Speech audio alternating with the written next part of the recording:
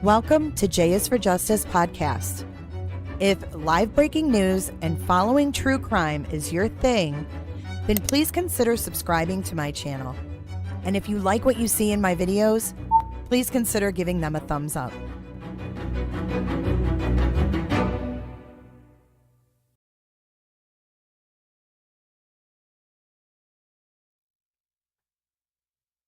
Good morning, my lovely people. It is Wednesday, hump day. Hello, hello.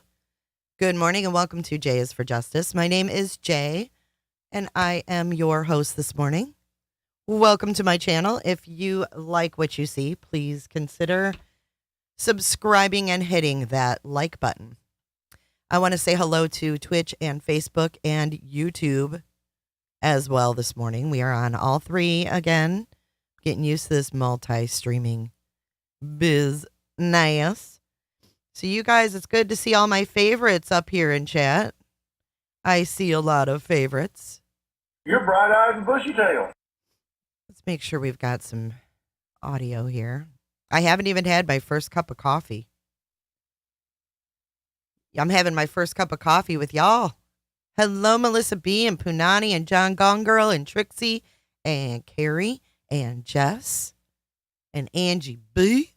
Hello. All right, this is our weekly roundup. You guys chose some of the stories we're going to cover.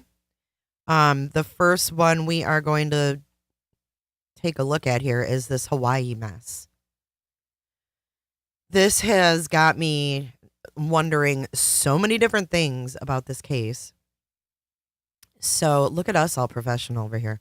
So we have the update on the Hawaii fires. We're going to be going over Rex Heuermann's wife, the lawyer for the Giglio victims, has come out and said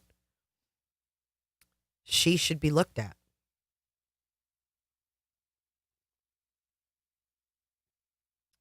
Being that her DNA, her hair was found on a couple victims, do you guys think they probably did? Maybe not back in the day when the corruption team was in the house, but good morning, Cheryl. Good morning, my lovely Auntie Cheryl. If you guys need anything in chat, just at your moderators. They'll help you out. All right, let's get into it.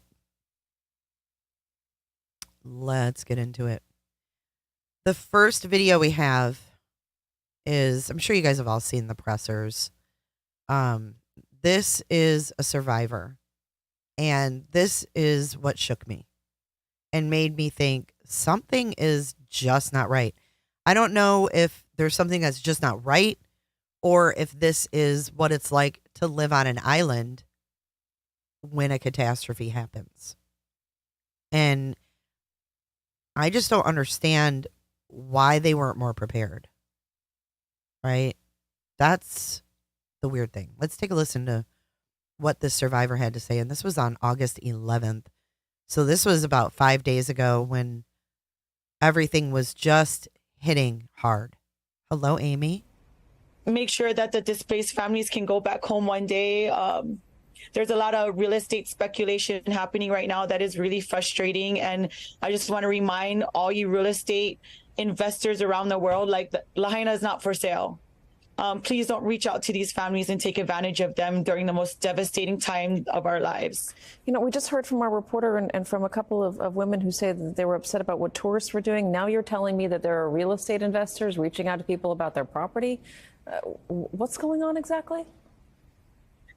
Yes, homeowners have been reached out by investors and realtors offering to buy their land.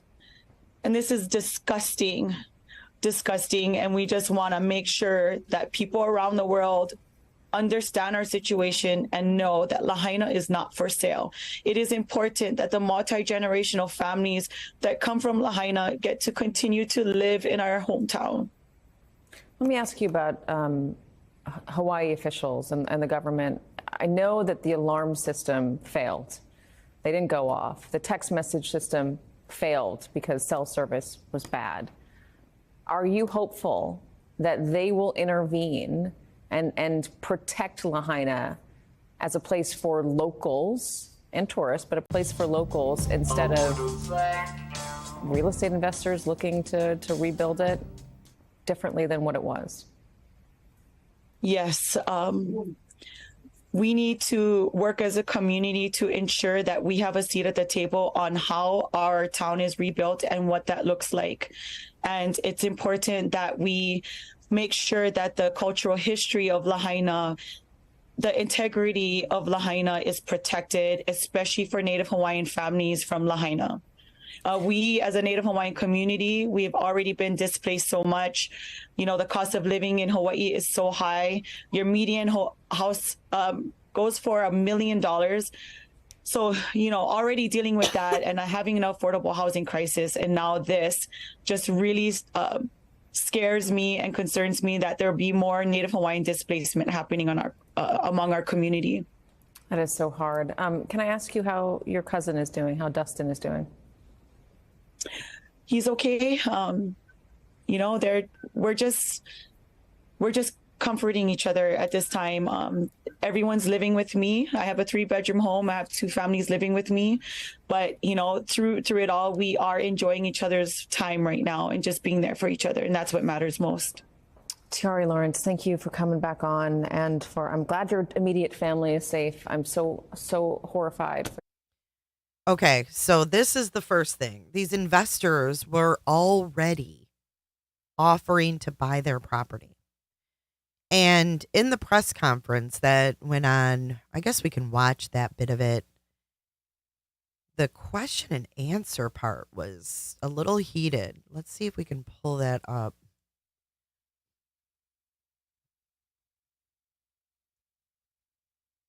With the governor, I believe it was. Is it this one? People across our state and It is this one. Okay. No, it's not. This is a different one.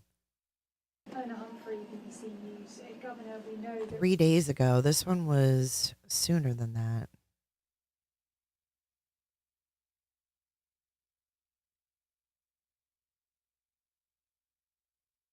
Hold on. Here it is. What can people do now to impact how we view because of tragedy in the years? Okay, we're going to listen to, this is important. Field are bringing back injured and displaced animals each day.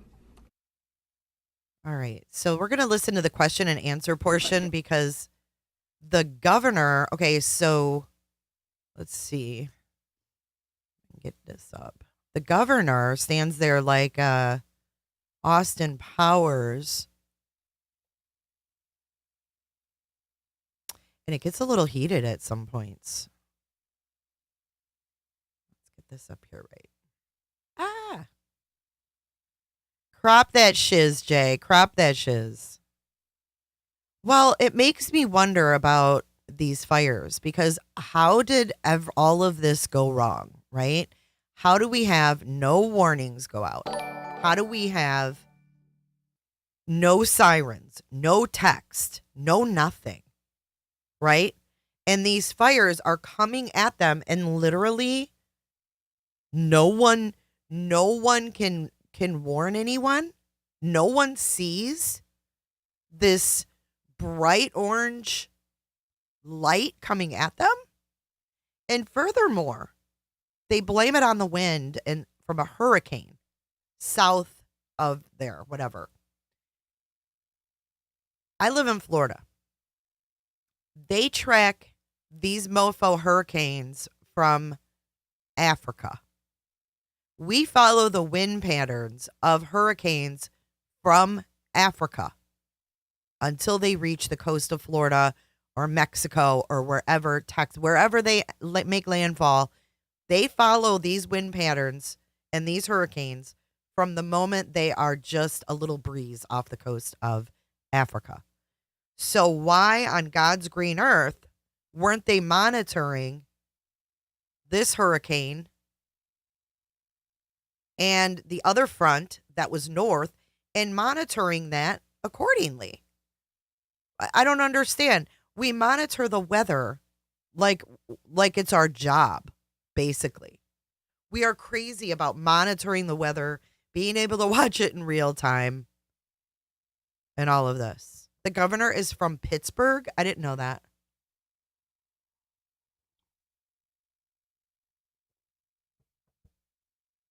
There are, Ann Johns, there's a lot of fake videos out there. You have to be careful. There's people now making fake videos to make it look like the fire, but it's laser. That's not real, I don't think. I've been warned. Hello, Cammy Q. Right, and the power company didn't shut off the power lines. No, they didn't. But you're going to hear all about this. Let's go to the boob tube so we can make this a little bit larger for those in the back. All right. So you're going to hear from all these officials, but the governor, I don't know. I'm just having thoughts of like Pearl Harbor. I mean, that was absolutely devastating for Hawaii. All right, let's take a listen here. This is the Q&A part, and we have this woman get up and she takes all the questions and then filters them to the right person. Here we go. At which time you will be asked to state your name and your news organization before proceeding with asking your question. I will also repeat the question back so that everybody can understand the discussion very clearly.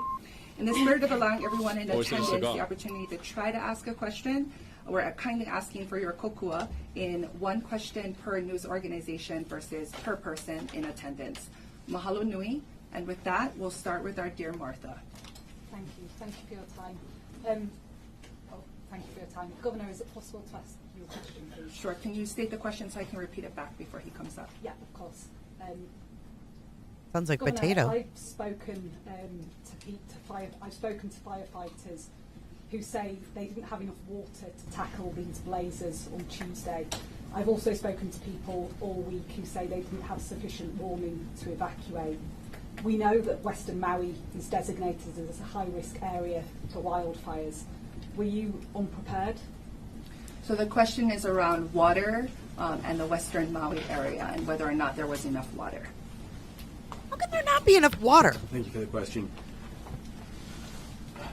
I'll first start by saying again, and I appreciate it, that we're in the process of a comprehensive review that I've asked our Attorney General to do, and there'll be multiple reviews at every level to find out what the level of preparedness was both before and then now. One thing that people need to understand, especially from far away, is there has been a great deal of water conflict on Maui for many years. It's important that we're honest about this. People have been fighting against the release of water to fight fires. I'll leave that to you to explore. We have a difficult time on Maui and other rural areas getting enough water for houses, for our people, for any response. But it's important we start being honest. There are currently people still fighting in our state, giving us water access to fight and prepare for fires, even as more storms arise. So when we talk about preparedness, we did look at many of our reports, and I am personally doing some of this review right now. We've designated some of these risks as low. Now globally, we're all facing higher risks with stronger storms, with global warming. I know some people don't like to discuss the science. It's there. Okay. Could we be more prepared? We will always. Okay. First of all, he already lost me. I hate to stop, but I gotta say, just a little thought. Do you guys remember when the Chinese balloon flew over our country and over Canada, and it hovered over Hawaii for a very long time? I don't know if that balloon did something and if that balloon was a distraction while something else was done. But it seems like ever since, oh, pause out. We got a twitcher. Look at she's twitching in her sleep. We've got oh, I lost my train of thought. Yeah, the balloons. So like after that balloon mysteriously flew over the country with its tampon strings hanging from it, and then it got shot down, all hell broke loose. We started with wildfires like we've never seen, smoke burrowing down from Canada into Michigan, New York, making it look like an apocalypse, right? And then we have all these tornadoes. We have all of this heat.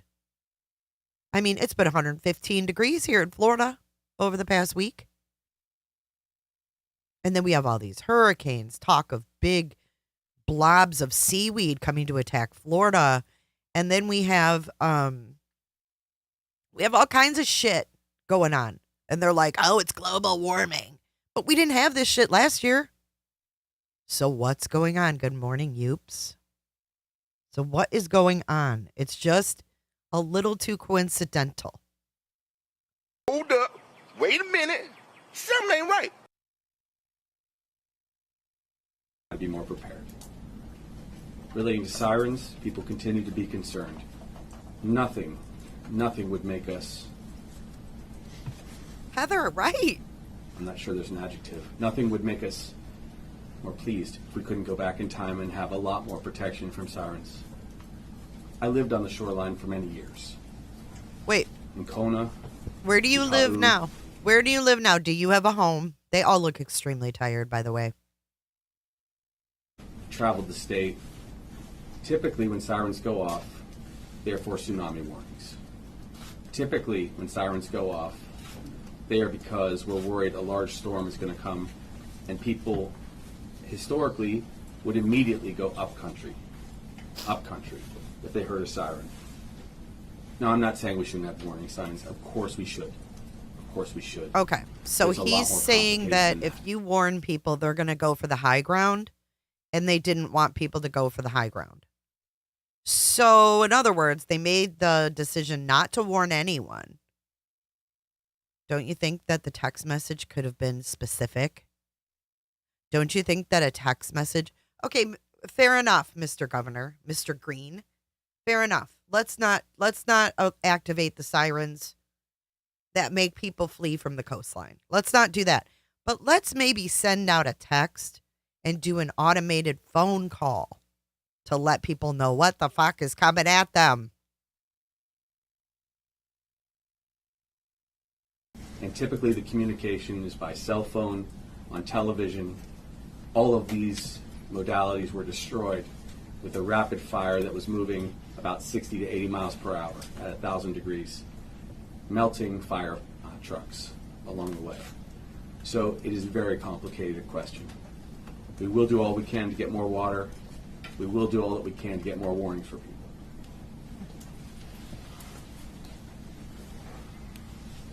Thanks, Martha. I know hands are raised. What I'm gonna do right now is go with those that were here on Saturday and didn't get their question asked and answered. So we'll start with local Maui native Monica. Monica Schmidt, Fox 5, Las Vegas. What's being done to keep generational properties and families? There's a lot of concern about predatory realtors reaching out to property owners already. What's being done to make sure that INA stays with local families and not going to developers? So the question is around maintaining the INA that has been devastated and ensuring that that stays with local people. Yes, so I appreciate that. That's very important to us.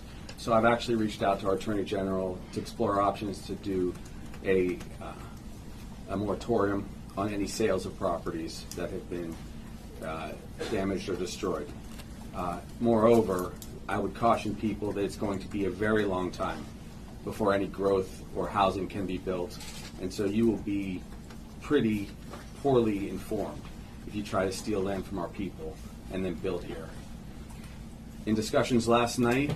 Yeah, well, we're not worried about people stealing it as much as we are investors swooping in when it's too expensive for the people who don't have insurance or didn't have insurance to rebuild. Like, in other words, what I'm saying is, will they make it too expensive for these people to rebuild and make it easier for them to just sell off and then the goal is met? I'm not saying that this was planned and executed deliberately, although it seems a little sus to me. But the fact that they're so far behind in any kind of technology is really quite baffling. It's really quite baffling that they act like they're out in the woods of Montana. This isn't the woods of Montana. This is a heavily touristy area. Of mine, people I trust. It's very, very irresponsible to have a heavily touristy area that you don't have proper alerts set up for. Shame on them. Create a memorial for the people in the state of Hawaii in this site. We'll also invest state resources to preserve and protect this land for our people, not for any development, for our people locally. I'll also tell you that this is going to impact how we view, I got to get some coffee, how we view all of the development in our state. And much of what we do is challenged by other laws, federal and otherwise, that don't let us restrict who can buy in our state. But we can do it deliberately during a crisis, and that's what we're doing. So for my part, I will try to allow no one from outside our state to buy any land until we get through this crisis and decide what Lahaina should be in the future.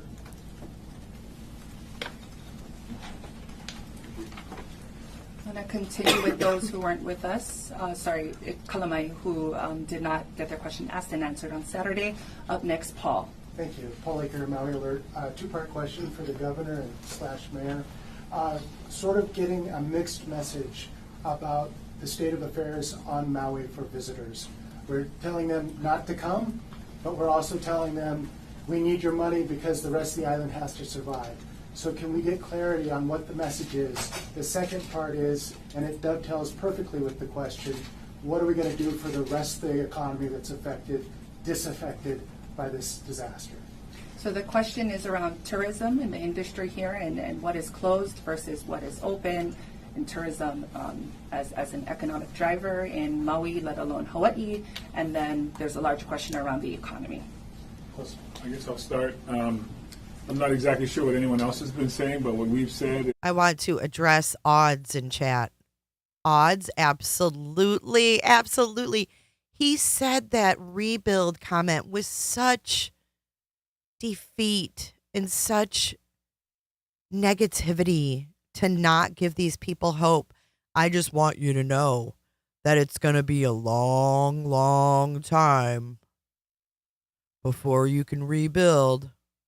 And who wants to be displaced in a hotel or an Airbnb for years? Nobody.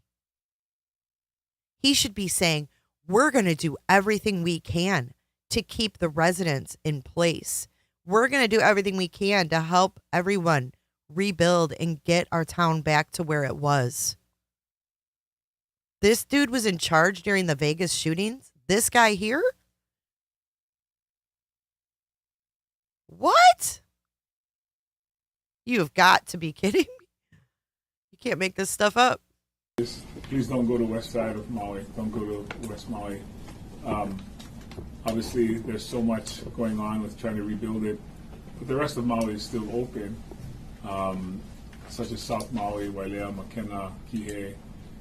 We've not shut down. We've not shipped anyone out. We've not asked anyone to leave. As far as tourism is concerned, I think obviously that's a major driver of our economy here. We'll have to see how many of our residents were impacted by the closure of some of the hotels, or at least slowing their business, especially if those hotels are offering to house our residents during this time. So I think anyone can understand these are things beyond our control, but we'll try to do as much as we can for the things that we can control. But please go. I think it's a pretty sophisticated question. So during COVID, when we closed travel into the islands or into specific counties, I was able to navigate that process and seek relief for everyone in a region. During this crisis, this catastrophe, I will only likely be able to seek very significant. Okay, I'm not a fan of this governor. I maybe I'm being unfair, but I'm not a fan. Or into specific counties, I was able to navigate that process and seek relief for everyone in a region. During this crisis, this catastrophe, I will only likely be able to seek very significant finances and financial support for those who were affected. And that means people that were affected either through loss of jobs in Lahaina, or of course loss of property or loss of life. So it's a much smaller swath. So for that reason, we want to protect all people in Maui, and it would be potentially catastrophic if no one traveled to the island. Pause out. We probably would see a mass exodus from Maui, but we will be compassionate. And I can tell you how we're going to support the economy of Maui. First and foremost, there will be emergency appropriations as necessary. Second, we intend to house our individuals who are going to be rebuilding Lahaina, who are going to be doing the cleaning and the environmental protection piece of Lahaina and West Maui. So we will bring that economic activity, which what is means he even that talking billions about? of dollars through FEMA from the president. I have his assurance, which has been very generous of him. Billions of dollars will flow into our economy. The president even aware of what happened? People to the greatest extent we can. I'm already contemplating a works project for local people exclusively, not unlike what was done in the era of President Roosevelt, so that we can have works programs and jobs created so that once we do rebuild, in whatever form that is for local people, thank you again, it's done by local people. So it actually will create a lot of economic activity, but in a tragic sense, because we will be rebuilding what we've lost. So we talk to interesting people about interesting topics. Name and organization. Nikamia Shima with KITV4 Island News. We're seeing posts on social media. We're hearing talk about mistrust with FEMA. So can you clarify what homeowners who lost their homes can expect, and is there anything finding them if they receive assistance? Question is around mistrust in FEMA, and then what homeowners can expect if they've lost their homes. Yes. In terms of assistance. And is there anything finding them if they receive assistance? And anything finding them if they receive assistance. So because FEMA's so busy in the field with recovery today, we've let them be. But I get to spend a lot of time with the administrator of FEMA. The answer is no. nothing will bind people or preclude them from other benefits. In fact, they'd like people to exercise a very liberal attitude towards asking for benefits right now. You do need to file your insurance claims in order to also get maximum benefits, but people should sign up for FEMA right now. There's a lot of things FEMA can offer, and though I'm not a FEMA official, I have learned quite a lot about what that is. First and foremost, it can offer rental assistance, and they will be covering the costs of rehousing people. So that's certainly not going to detract from anything a local person who's lost it all can get. Also, there are cash grants that go straight from FEMA to individuals that will, in many cases, hold them over for many months. I heard it believe more that the amount of money is up to $41,000 that an individual can get if they've had significant losses. There are several different programs that they have, all of which are meant to be Do you know that the median house value is $1 million? The median house value is $1 million. And he's over here talking about 40 grand. That ain't going to do shit. These people are going to be screwed. You watch. Front to support them. In addition to that, those who may not qualify for FEMA benefits because they've been residents and family members amongst us, but have not been, for example, perhaps citizens, or they've been COFA residents, when I say that, we're going to make sure that they get benefits also from the state. So I don't want anyone to think that they're going to get benefits and the state isn't going to protect them. Also, when someone does make their claim for insurance, it doesn't bind them in any way except that they have to, of course, just be straightforward that they were the owners of that property. So those are the things. Let me say this. There is always a lot of distrust in government because some of government is crass and crude and not responsive. But that's not Hawaii. That's not Hawaii government. And I appreciate the fact that they're here doing some pretty difficult work. I also know that people are feeling hopeless because it's so difficult. But a lot of the decisions that get made behind the scenes are just based on safety. And so I, again, appreciate everything that everyone's done when government couldn't get to them. But there's a whole heck of a lot of government around right now to try to make sure that people are whole, whether it's me personally or the mayor or the hundreds of individuals from the military, the hundreds of individuals from FEMA. It's just quite extraordinary. I'm going to go here to Dash. I'm Makala. I see everyone. I'm going to go here to Dash, name and news organization, please. Yeah, KHON2 Honolulu. Just want to talk probably for the police chief. We still continue, and I know you were asked and answered this days ago, but stories of looting, stories of people going in, and any of it been confirmed? And keep your eye on the governor. National Guard influx. Could that be a source of kind of pushing this back or keeping the security around some of these areas that are very prone to looters? Okay, the question is around looting, and I'll just leave it there. Is that fair? Thank you, Dash. Thank you. So, well, I appreciate the question. It's not going away, and it's kind of, I'm going to actually piggyback on this. Last question on FEMA. We got a fake email that came in trying to cause people panic about FEMA coming in and undermine the credibility of the organization. We've seen fake anonymous letters and emails for a few years, and some of them are extortion and just all-out lies trying to undermine public officials. A few years. Looting. We got a huge scene. I talked about what's in that scene. There's nothing to go in there as far as an item to go get in the contaminated area, but what you are getting is precious. So we're going to keep you out. We don't have, and for the people outside, Hawaii is the most loving, kind, incredible people. The spirit of aloha is real. It matters. So when you have people saying we have looters and rioters and all this other stuff, shame on you. The looters, Oprah. These are our people, and they're hurting. And if you want to make something sensational, we'll make it sensational. But I checked before I came in, and I said, do we have any reports on looting? No. I've got extra patrols up in Napili because people felt a little scared and nervous. Sure.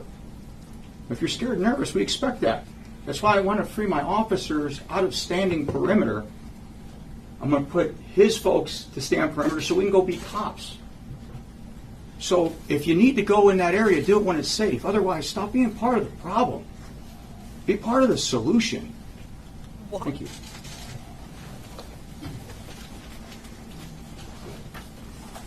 Steve, name and organization, please. Steve Uehara, Hawaii News Now. Again, this is for Chief Pelletier. I just wanted to make sure that I fully understand what we're talking about with family notification.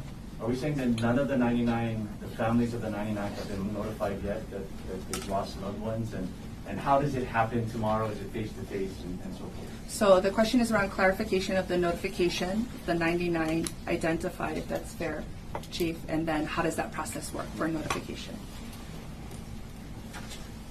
It's really a great question, right? And we talked earlier about doing it right. Once we get the positive identification, then I actually I have a DNA expert here if we ever needed to have that, but maybe afterward, if folks have individual questions, I could get to that. But what we're going to do is we're going to get a positive match. We actually have 3 positive identifications from fingerprints. 3. So I don't have more than 3. So there's 96 that we don't have fingerprints. So we can keep going deep, like you understand, So just I'm trying to be as reverent as I can. But once we get it positive, we have to contact the family, and then we have to make sure that we give that family that notification. We're obligated to give the family notification before I can release that. You can imagine how painful that's going to be. And so today we wanted to make sure, because I personally had a fantastic conversation with the prosecuting attorney, Andrew Martin, who's really, to say he cares about his community is an understatement. And we talked specifically about, let's make sure we give the family the notice that this will become a public record and we're going to have to get it out. And so we want to give them that little bit of time, but what we will do is daily, and I'll figure this out, we'll push it forward tomorrow, because we'll make the notifications tomorrow. We'll push it once a day with if there's an update. So please, I get reporters asking about traffic, texting me and calling me directly. I got too much things to do than me personally talk about traffic. So don't call about, do you have an update on the number? We'll get it to you. I promise you we will. We're going to do it right the first time. So we'll publish it, and let's just say we'll have the names, and then we'll have how many are identified pending family notification, so you'll know that. And then obviously the rest of that number, whatever's left, we're still diligently working, trying to make sure that we can identify. And that's why that DNA is so important, because we got fingerprints from the 3. I have a question. Okay, so if they couldn't send text alerts and they couldn't make phone calls and they didn't want to run the sirens because they thought people would go the wrong direction, they thought it would be better to do nothing and just let people have to dive into the ocean for refuge? I mean, what happened to the old school way of cops getting in their fucking cars, excuse me, and driving up and down the streets with their bullhorn thing and telling people? I'll tell you why. They didn't act soon enough, and they knew it was going to bottleneck, and people weren't going to be able to get the fuck out of there anyways. I mean, what else could have been done? Where were they going to go?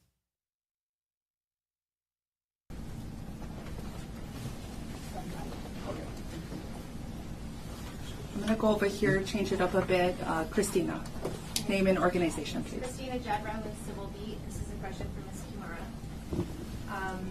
This is a difficult question, but I do feel I have to ask.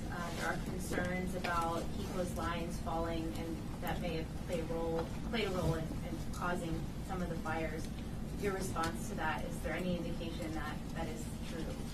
So the question is around concerns about Kiko's poles falling and as it relates to the devastation. We are in the very early days of responding to this tragedy. As you've heard, the things we've been focused on have been safety, restoration, aligning with the priorities of the state and county to restore the community. We've been putting all of our resources to that. We will be doing our own investigation. The state will be doing an investigation. We will cooperate fully in that. I think we all believe it's important to understand what happened, and I think we all believe it's important to make sure it doesn't happen again. And that's all we know at this time. I'm going to go over here again. Dan, name and organization. Dan Nicasso, Honolulu Star Advertiser, Chief Public here, if I may. You mentioned there was an arrest. Could you be a little more specific of what that alleged crime was, when it happened, and then going back to arrest, there was that brawl a couple days ago. Were there any arrests there? What were the potential crimes? So the question were law enforcement officers assaulted? So the question is around clarification and some details around the arrests, or any arrests. I'm not talking about the time I beat you up. So the best part about my mayor is that he's a judge and he can call shenanigans. That was 3 questions, I think. So, yes, you did. So I might answer it just one time, like in such a way as to say it like this. There was an arrest yesterday for trespass. I will let you do the rest. I'll let you look at the details. I'll let you figure out what you want to publish, and you tell that story. Why can't he tell But it? don't go in that scene. He issued the proclamation last week. Why are you still going there? Unacceptable. We already covered that. If we're talking about the fight when the 200 people stormed, officers were able to tactfully escort them out. I'll let you fill in the blanks on that. I got some folks that are very convincing. What? And why is he talking in code? What is he talking about? 200 people. Why doesn't he tell the frickin' story? What is going on here? I might answer it just one time, like in such a way as to say it like this. There was an arrest yesterday for trespass. I will let you do the rest. I'll let you look at the details. I'll let you figure out what you want to publish, and you tell that story. But don't go in that scene. He issued the proclamation last week. Why are you still going there? Unacceptable. We already covered that. If we're talking about the fight when the 200 people stormed, officers were able to 200 people stormed what? Escort them out. I'll let you fill in the blanks on that. I got some folks that are very convincing. Why does he want us to fill in the blanks? There's not really a story there. So I'm just going to leave it to my last answer about the people. Thank you. What? Thank you, Chief. I'm going to not mix it up and come down here. See, iHeart, I didn't forget. Thank you very Paul. kindly. I No, not appreciate Paul. it. Okay. Steve Gregory, iHeart Media, KFI Los Angeles. People we've been talking to, the word distrust has come up quite a bit in conversations we've had with locals. And I think a lot of it has to do with the fact that media are not allowed into areas, and there's no independent or objective. Look at the governor. He's getting reporting ready to go allowed off. because we're not allowed access. We're getting a sanitized version. We're getting a one-dimensional version of events. At what point is the media going to be allowed to start reporting what's really going on? The question is around access as it relates to Look, media. it's a powwow. Yes. So, how many media went with us in on Saturday? Can you see a raise of hands? So I'm sure there were many with us. 6 or 8. Because we had a media gaggle with us on Saturday. To suggest that we're not providing access is just simply inaccurate. Well, we're being turned away. Well, I'm glad you're being turned away in this case, because otherwise you'd be tromping on our dead neighbors. Now, What? I'll answer the questions. You've done enough. What? That is what's happened. We've twice been in there. We've showed a great deal of pictures. Wait, what? So That he's we're not- going to gaslight the media, the reporter, and say, well, I'm glad you're not being let in there because you'd be stomping on our dead people. What is wrong with this guy? Providing access is just simply inaccurate. Well, we're being turned away. Well, I'm glad you're being turned away in this case, because otherwise you'd be tromping on our dead neighbors. Now, I'll answer the questions. You've done enough. That is what's happened. We've twice been in there. We've showed a great deal of pictures. There's footage. If you want to see the dust of those who have been lost, that's what you would see if you walk down there. Moreover, we do want to tell the stories, which is why we're here today. And we're happy to tell the stories, but a lot of the stories are very personal stories that people tell us in confidence because they don't know yet themselves what they've lost. So feeding your desire to tell a story, you in particular this moment, is not my goal. My goal is to make sure people are protected, my people are protected from the additional trauma. The stories can be told over the many months. Your desire to tell it here on day 5, when people are beginning to go through the worst psychological traumas of their lives, is simply ugly. Thank you. Thank you, Stevie. I'll go straight back there. Wesley Cornet for Press 24.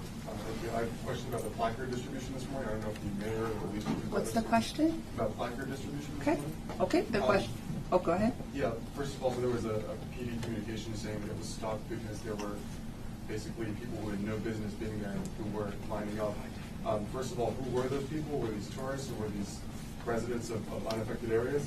And second, why was the decision not made to continue distributing those placards to legitimate recipients and turning back people who were not? In general, the question is around clarification on the placard system. Yes. So MPD sent out the notification, MPD tried to make the placards, we tried to make it work. The problem is well, I don't see why everybody at 6 o'clock in the morning needs to line up to hurry up and get a placard for a legitimate reason to go out there. There was a very clear protocol for West Maui residents, for emergency officials, and other reasons. And so we didn't get that showed up. You know what we got? We got a whole bunch of people that are just real curious to get over there. And so they wrecked it for everybody else. And we tried to have an orderly system. We can't do that. And it's no different than saying, hey, we've got free food and we're going to be distributing it. Because think about it, we were for 2 days and then tomorrow night we're going to start to enforce it. Why would we do that? There was a blue placard if you were a West Maui resident. And you would tape it up on your passenger side of your window and you could drive by and the officer could just simply wave you through and we would have no or limited or less congestion in the travel areas because you got already vetted. And so we thought if we put the distribution in non-essential areas, because that park right now is not essential, we could have the ability to stop clogging the ingress-egress for the ways in. But some folks wrecked it, and they wrecked it so bad that the best thing to do was just to make a pivot and to institute the program that we had yesterday, and that's what we're going to move forward while we're in 0, and we'll get it as we can. But at the end of the day, if we think it's the juice ain't worth the squeeze, so to speak, then that's just what we're going to do. So I got tremendous support from the gentleman, the team behind me, and you know, the intent was good, but it just didn't work the way we wanted to. So we'll continue to look at different solutions, but that's the answer. Are you folks together or separate? I'm going to go ahead here. Wendy Osher, Pacific Media Group in Maui now. My question is for Chief Pelletier. You discussed the sensitivity of the site over there, and we're in the middle of hurricane season. It goes on through the end of November. What is being done to protect the area, and do you think that you'll be done anytime soon with the processing? Give us a timeline. So the question, it's a multi-pronged-ish question, which is around the protective measures in place, if any, due to the fact They're not that going to give a timeline, I bet. Hurricane season through November, and then the timeline for when all of that can be completed. That's actually a fantastic question. So if I start throwing dates and times, I need a little bit of grace and latitude that we don't say, you said, and this is what it is. We'd like to get to approximately 85 to 90% by this weekend. No guarantees that we do. We talked about being at 3%, and now we're at 25%. And then we sort of started, and then maybe the percentages, and you're like, wait a minute, what about the numbers? And they didn't go up as quickly as they did, and that's the story in and of itself. We had, on the initial few days, done some recoveries, and we ran the dogs, even though the area was marked, the dogs, because of their ability, found more. And so we went and back and retraced everywhere we had gone, because we don't want to miss anything. So I'd like to get us 85 to 90% by this weekend, and then we've got some decisions with some of the high structures. So if they're 3 or 4 stories, we've got to figure out how to get the equipment in to move some of that so that we can go in, and we just want to move to where we can make the recovery. But that does take some time, and then you're looking at several days to do that. I'd say no less than 4 or 5, but again, don't hold me to that. And then we can start moving out of phase 0. And we recognize that we'll consider that done, but it's always possible that we may find someone later. That does happen, but at least we will be very confident that the search was as good as we could have done. I feel like we're talking in riddles. I'm going to go all the way back there, this Wahine, all the way back here, yes. Yes. Canadian Broadcasting Corporation. We've been speaking to people who are... Sorry, what was your name? I'm from the Canadian Broadcasting Corporation. Do you have a name? Yes. Okay. Sassy. People who are between areas, and they say that they would like to get to distribute supplies to people who are telling us that they're running out of food and water and are having to ration these things. Is this true?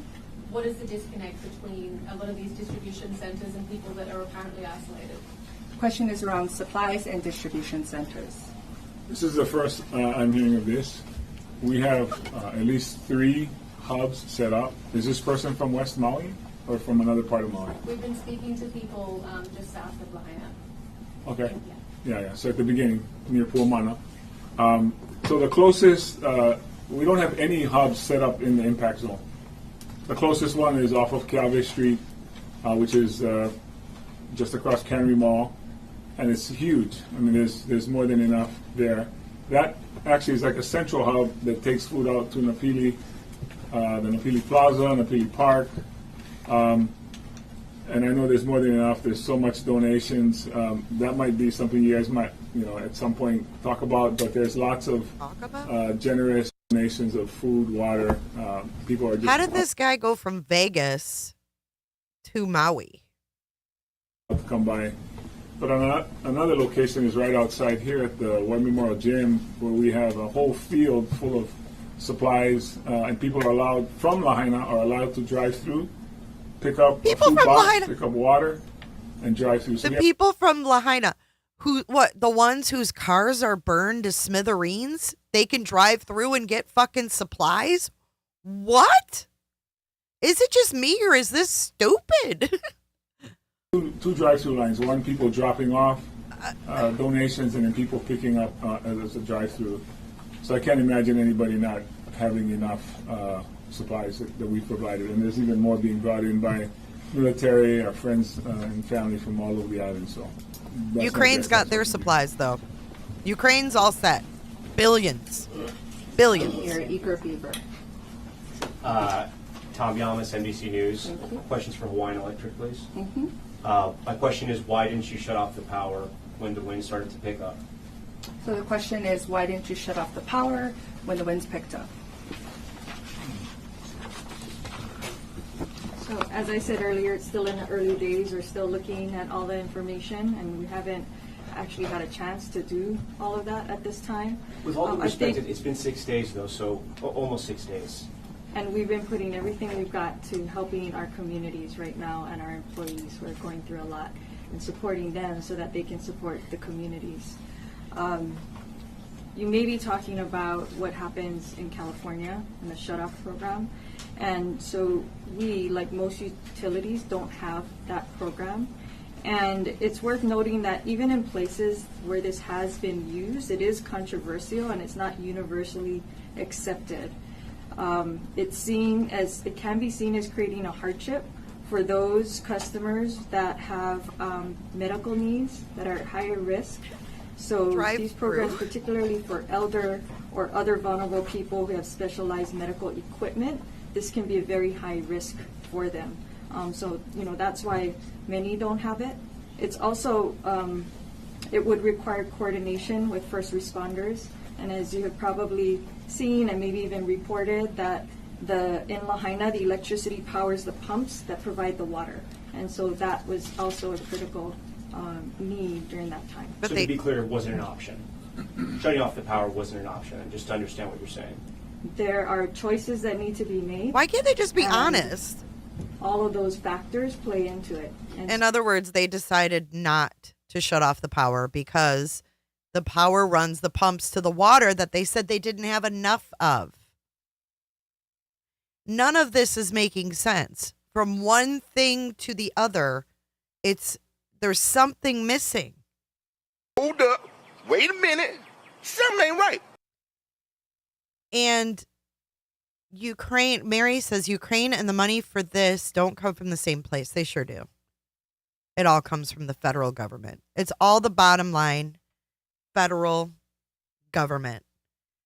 And it does all come from the same place. It comes from taxpayers. Me and you and everybody else in this chat pays for all of this federal shit in one way or another. And federal money should be the people's money, right? That's the people's money. The federal government. We have no problems sending it overseas to Ukraine, giving them billions of dollars, giving them arsenal, giving them all kinds of shit.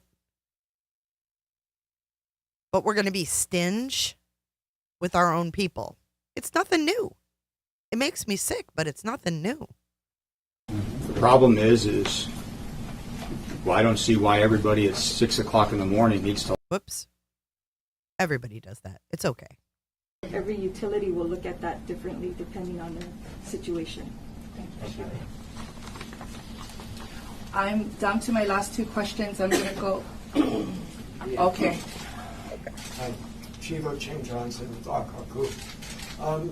Being in the very early days, there must be some volunteer work available for people that want to volunteer. Yeah, you would think, after 5 days. That will become more evident and more available. What can people do now if they want to volunteer, and what do you anticipate? They're going to tell them to sign up for the Red Cross. Watch. Thank you. The question is around volunteer opportunities. Thank you very much. Yeah, that is something that we would value very greatly.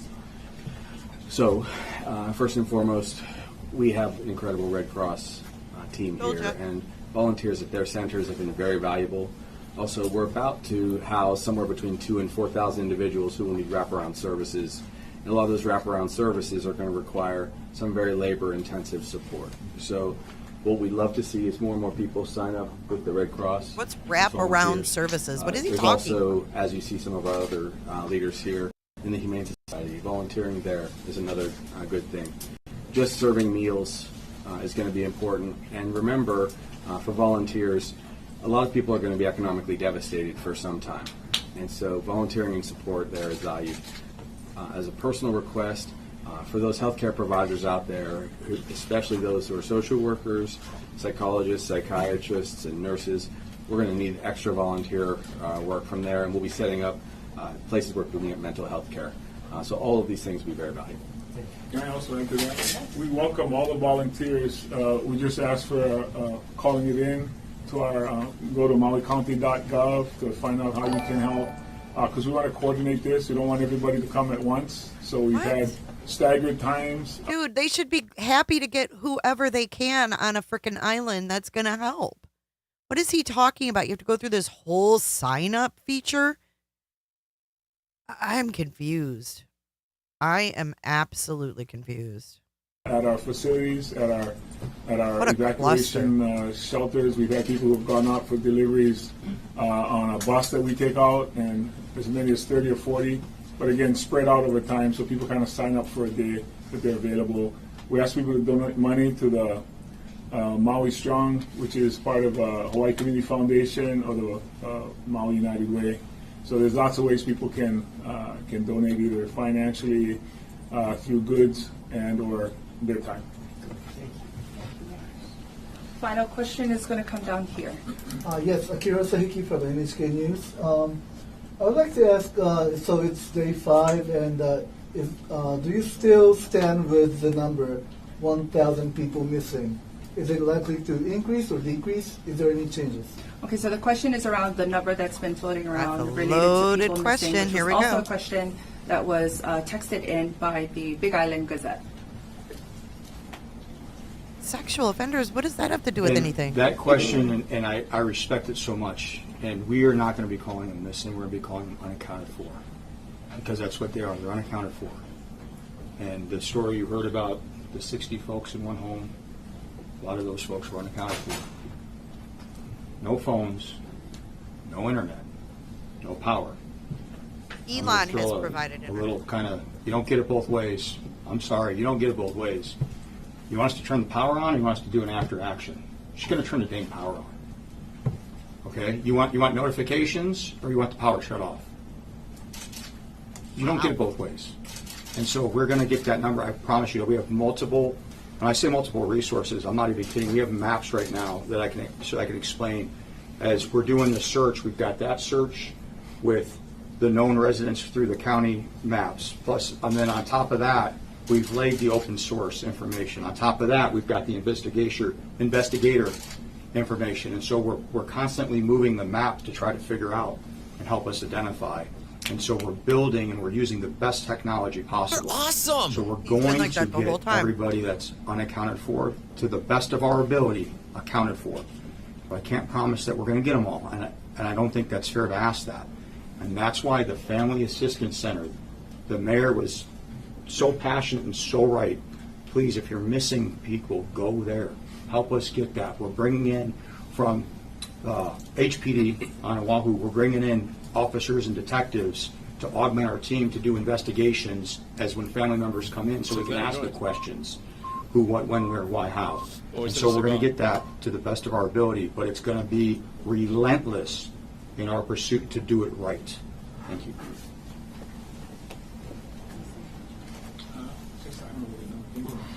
Okay. And with that, this concludes our news conference. Mahalo nui for coming. We appreciate you all, and please pray for Maui. All right, that's the end of that one. That update was just yesterday, so that's, I think, the latest update we have from officials. I was floored by that. I thought they were very condescending and, I don't know, just not very empathetic. Not that their job is to be empathetic, but when you have devastation like this and all these questions, and you have the chief of police or whatever saying, hey, you guys fill in the fucking blanks. I'll tell you that we had this happen. You fill in the blanks. Who does that at a press conference? I just think that's shameful. All right, let's go back to our other screen and get moving forward with our other stories. That was the main story, though, today that I wanted to cover with you guys. Now let's get into our next one. This is going to be Rex Heuermann's wife. So let's switch gears here. We've talked a lot about the fires. Let's not argue about it. We will wait and see what happens next. Unfortunately, that's all we can really do. I think we all agree that, you know, there definitely could have been things that are done differently. And I think that they could have been a little more respectful. I understand they're under a lot of stress, but that's their job. That's why he's the mayor or the governor and the chief of police. I mean, they are in those positions because they're supposed to be able to handle the pressure of, you know, high profile things going on. So hello, Sunshine Stacy, welcome. And I want to also thank Frankie Hopkins for being a member for 3 months, and Georgie RG from Sydney, Australia. Wow. Wowee. I love it. We're reaching down under. It is amazing stuff. All right, so let's get to Rex Heuermann's wife. So this is kind of a shocking twist. And I know a lot of people do not trust this lawyer. I don't know anything about him. I've only seen him recently, you know, because of the Shannon Gilbert story. But he is the attorney for the Giglio 4. And he is coming out with some very, very bold statements about mainly Rex Heuermann's wife. And not so much the kids, but the wife. Let's take a listen to what he told the dolt Cuomo on his show. That the wife was not in town at the time and that they do not believe the wife was aware of what was going. What do you know that they don't? Well, several things I know. And they said that. I don't say now that they still say that. They said that at the very beginning of this investigation, but other things have developed. I have a witness, a very credible witness, who I spent many hours with to interview. And from that witness, as well as from the circumstances of this case, I know that Mrs. Ellerup is conning the public right now with this press conference and the rest that she pulled off to say that she's in need of money. He straight up called her a con. He said she's conning the public. Trixie, thank you for being a member for 12 months. Love you too. He said straight up that she is conning the public. These are strong accusations. Yeah, I don't like him either, Midwest. But I'm just listening to the lawyer. Yeah, I'm not a fan.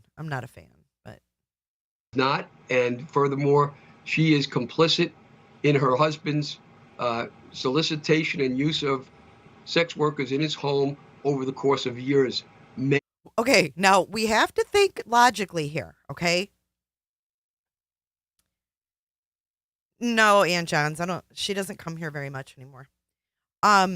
So let's unpack this. Rex Heuermann was allegedly committing these crimes for what? 30 years? 30 years? And this woman lived with him.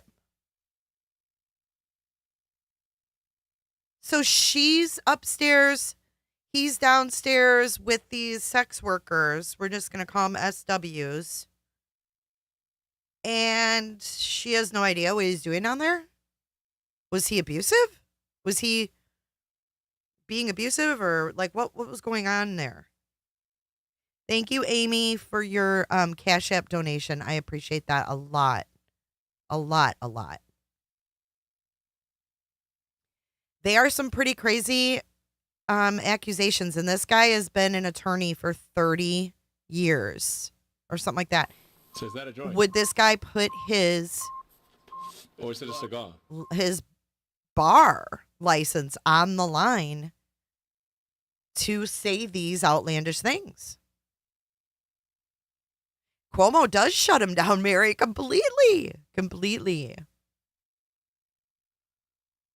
I just don't understand how, I don't know. Of them. And she, in this tiny little home where she lived, and he lived, she was upstairs when he would be downstairs having sex with these prostitutes. And he spent enormous amounts of money on them. And it was a regular thing that happened. And she's now, after 27 years of marriage, in the age of computers and cell phones, when you know where everybody is at all times, didn't know about what her husband was up to downstairs. That's just nonsense. There's 2 out of the 3 hairs that are found on the wrappings of the bodies are hers. That alone puts her in the circle of suspicion. And if the police come out and said, as they did, well, she had an alibi, well, maybe not once we start to study these cases a lot more carefully. But she was complicit, as you heard me say. The forensic. Go ahead, sorry. I hear what you're saying, Counselor. I just want, no, not at all. Just want to put some meat on the bones of this because it's such a sensitive and damaging thing to say because, you got. What a way with words you have. All right, that counsel joins me now. The meat on the bones. Nice, Como. Something like that. I have a witness who has refused to identify herself publicly at this time. I just spoke with her very recently. And she is a very, very credible witness. I say that from 40, I pull rank, I guess, is how I'm making the argument. I know that could be a fallacy, but it also could be truthful. And that is that in my 41 years of experience as a trial attorney and litigator, I tested her using the usual tests for truth, and she tested out fine. So what do you guys think? He says he has a witness. He has a witness who has told him this. Here's a strange twist. What if it's one of Rex's kids? What if one of Rex's kids is talking? How do we know? Shit. That she was, as you say, complicit in his activity with sex workers. Who is this witness that you have who would know something like that? I have a witness who has refused to identify herself publicly at this time. I just spoke with her very recently, and she is a very, very credible witness. I say that from 40, I pull rank, I guess, is how I'm making the argument. I know that could be a fallacy, but it also could be truthful. And that is that in my 41 years of experience as a trial attorney and litigator, I tested her using the usual tests for truth, and she tested out fine. So I'm perfectly willing to share. When do the rest of us get to? Pardon me? When do the rest of us get to meet this person and test their credibility and what they have to offer? That's her choice. And right now, she's held me back from doing that. However, she does exist, and she's real, and it stands to reason as well. What she tells me is completely consistent with the obvious. And it's the utterly improbable that she didn't know about what his shenanigans were in that house for all those years. I agree. It's just ridiculous. And I agree that it's ridiculous to think she didn't know what was going on, whether she was scared or whether she was abused. Even if those things are a factor, do you think she still knew that he was doing something sinister? Fernando, he's using a witness that doesn't want to come forward right now. Right now. I mean, the whole neighborhood called that house like the house of horrors. This woman lived in it. I'm not buying it. I'm not buying it that she didn't know anything. I can't. And now all of a sudden, and I'm not saying she doesn't, but she comes out, she's sick, she's got to go fund me, and all of this stuff. I have no idea what was going on in that home, but they took a lot of shit from that home. He had a vault in the basement. There was a lot of weird shit going on here. She had to know something wasn't right. She had to know something wasn't right. We all have something called intuition. Okay? Your husband is getting prostitutes and killing them. You're going to get a feeling that something ain't fucking right. I don't know. That's just me. That's just me. All right, enough of Cuomo. I can't look at his face anymore. But thank you, Cuomo, for that clip. Oh, man, this is going to be a loaded story right here. We've got our next story is Obama had some fetishes he was hiding. And you know I'm not political over here. I'm not a political channel at freaking all, okay? Not political.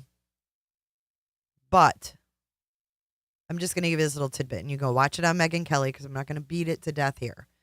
But on Megyn Kelly, she revealed that Obama back in the 80s wrote letters to some old girlfriends. And he talked about some gay fetishes. So take it for what it's worth. I mean, it's not really breaking news or anything like that, but it's just something that came out. And if you want to hear the whole story of how Megyn uncovered that with her guest, check out Megyn Kelly and look at Obama's oppressed letters. So he's got a little bit of sugar in that tank, maybe. I don't know. But, that was back in the day when, they had to write pen and paper, write letters, send them in the mail. These ex-girlfriends kept the letters, and they are in, like, some kind of archive. So check out Megyn Kelly. I'll put the link in the chat or in the description of the video, and you guys can watch that. I just thought it was kind of hilarious. This is the things that are coming out now. It's like, what is going on? Okay, our next story.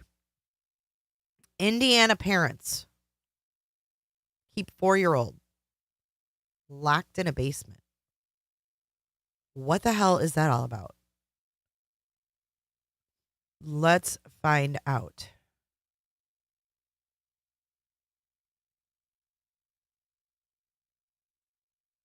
People are sick, guys, sick. All right, this is going to be...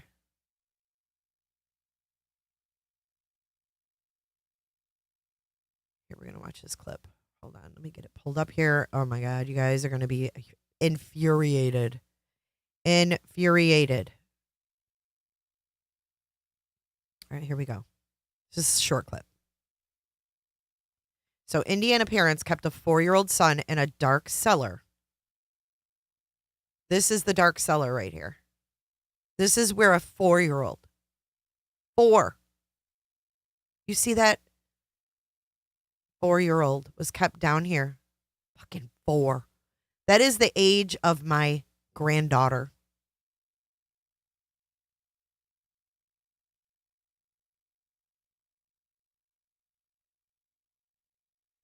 Police found the child cold to the touch and naked under a blanket. The boy's father beat, tortured, and starved the child. The boy's mother told police she could have put a stop to this, but didn't. The 4-year-old was often bound by duct tape and kept naked in the cold, dark basement. The home was filthy, with rotting food, feces, and a malnourished dog locked in a crate. House of horrors. Both LaPorte County parents pleaded guilty in their son's death. Scumbags. Look at these idiots. Alan Morgan was sentenced to 68 years. Thank God. Goodbye. But I don't know what happened to the woman. She probably rolled on him and got less time. There were other kids in the home. Why they chose this child to torture, but may they both rot in hell. Awful. I don't know how anybody can do that to a kid. Yes, let's lock them in a basement and whip them and wrap duct tape all across their heads and fuckers. Excuse my language, but gosh, it makes me so mad. Right. I mean, so many people would love to have that baby and love him. It's horrible. I'm telling you, there is just some sick people in this world. You know it? Sick, sick people. Okay, this is going to be another shocker. All right, we're going to watch a press conference next. Now, this is 3 Florida residents were found. This is just crazy. Okay. 3 Florida residents were hog hunting. And I think they're in Texas. No, where were they? Austin, yes. So they were in Austin, Texas, hog hunting. 3 people, ages 37, 26, and 45. They ended up in a cistern, which is like a big water reservoir. And the story is that the dog took off running and then ended up in this cistern. And then these people stripped their clothes and jumped in. Everybody survived except for the one person that they were visiting. Let's go over to the boob tube and watch this crazy ass story.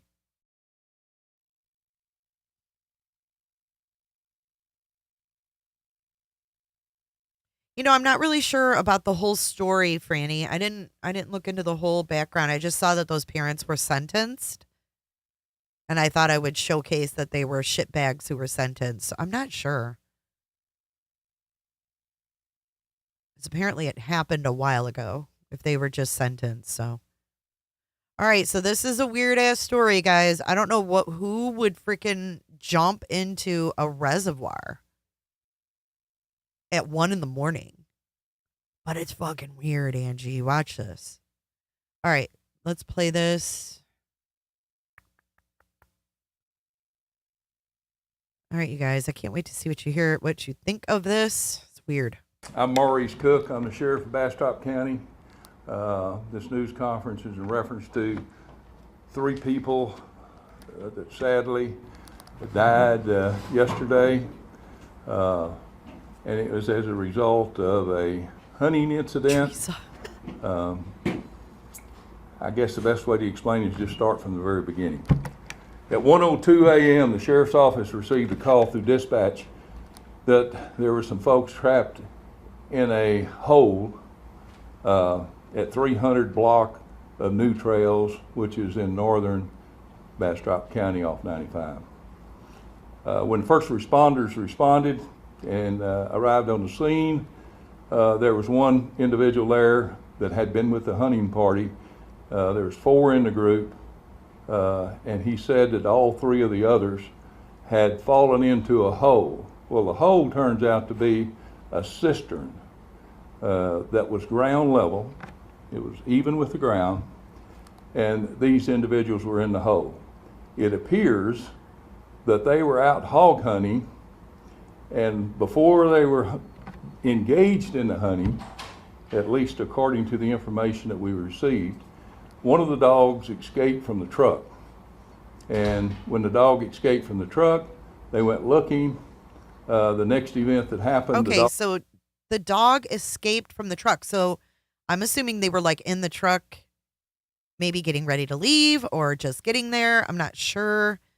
But the dog escaped from the truck, and they're saying that they chased the dog from the truck. And if you wait and hear, these gases in these water reservoirs would have killed them. Fell in the cistern. Once the dog fell in the cistern, it appears that one of the hunters dove in or jumped in the cistern, which once again was a hole of about 4 feet by 4 feet, even with the ground. He goes in. The water level is about 8 feet below the ground. So now he's in a hole 8 feet below in water that we found and determined it had hydrogen sulfide gas in it. Okay, so why would anyone then in turn jump in after him, right? Why would 2 more people jump in? That is just so weird. As a result, 2 other people came up from the hunting party, knowing that their comrade was in the hole and the dog was in the hole. They too jumped in the cistern. And it's evident that they jumped in afterwards because some of them had taken their clothes. Uh-oh. They went in the hole also. Oh, there we go. Because of the gases in the hole, we think, and we're speculating here, we'll let the autopsy bear this out, but we're speculating that the hydrogen sulfide, there was a local person that they were with that was on the hunt. So the local person Red Rock. At this point, we're not identifying him by name. The other 3 people are Delvis Garcia, 37 years of age, a Noel,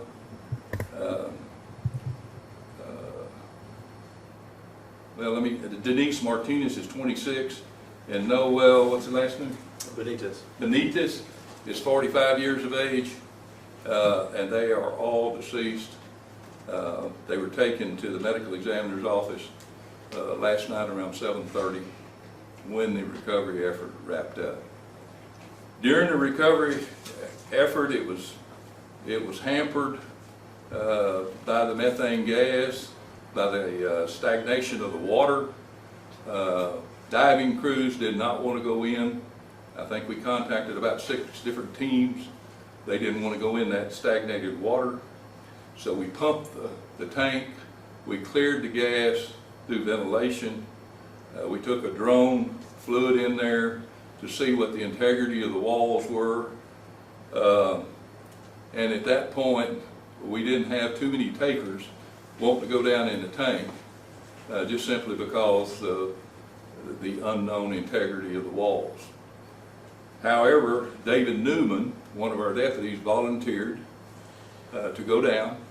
And so with the help of Newman took one for the some team. members from the Elgin Fire Department and the utility department from Elgin, we were able to lower him in. In fact, he had to go in about 3 times, and he recovered the bodies and recovered the dog. The dog was also sent along with the funeral home, and the 3 bodies were sent to the funeral home to be taken to the medical examiner's office. Can you think anything else? Sorry, no, sir. Can you think of anything Okay, else? I'm open for questions. Can you explain what a cistern is and how deep it is? Yeah, this cistern, in years gone by, a cistern was maintained for water for the house. It's an underground one, unlike the top level tanks and so forth. This is just a tank underground where they kept their household water for different things. It's not uncommon in this county to have these, I'm told. But by law, they're required to be covered if they're over a certain open. He says he's told, but isn't he like the county sheriff? Shouldn't he know? This did not have a cover on it. I'm confused. Did that answer your question? Yes. So it's basically like a well? It's kind of like a well, but a well typically is, a cistern could be under a house, for instance. And the water runs off of the building and runs down in it. It's similar to a well. Some people would call it a well, I guess.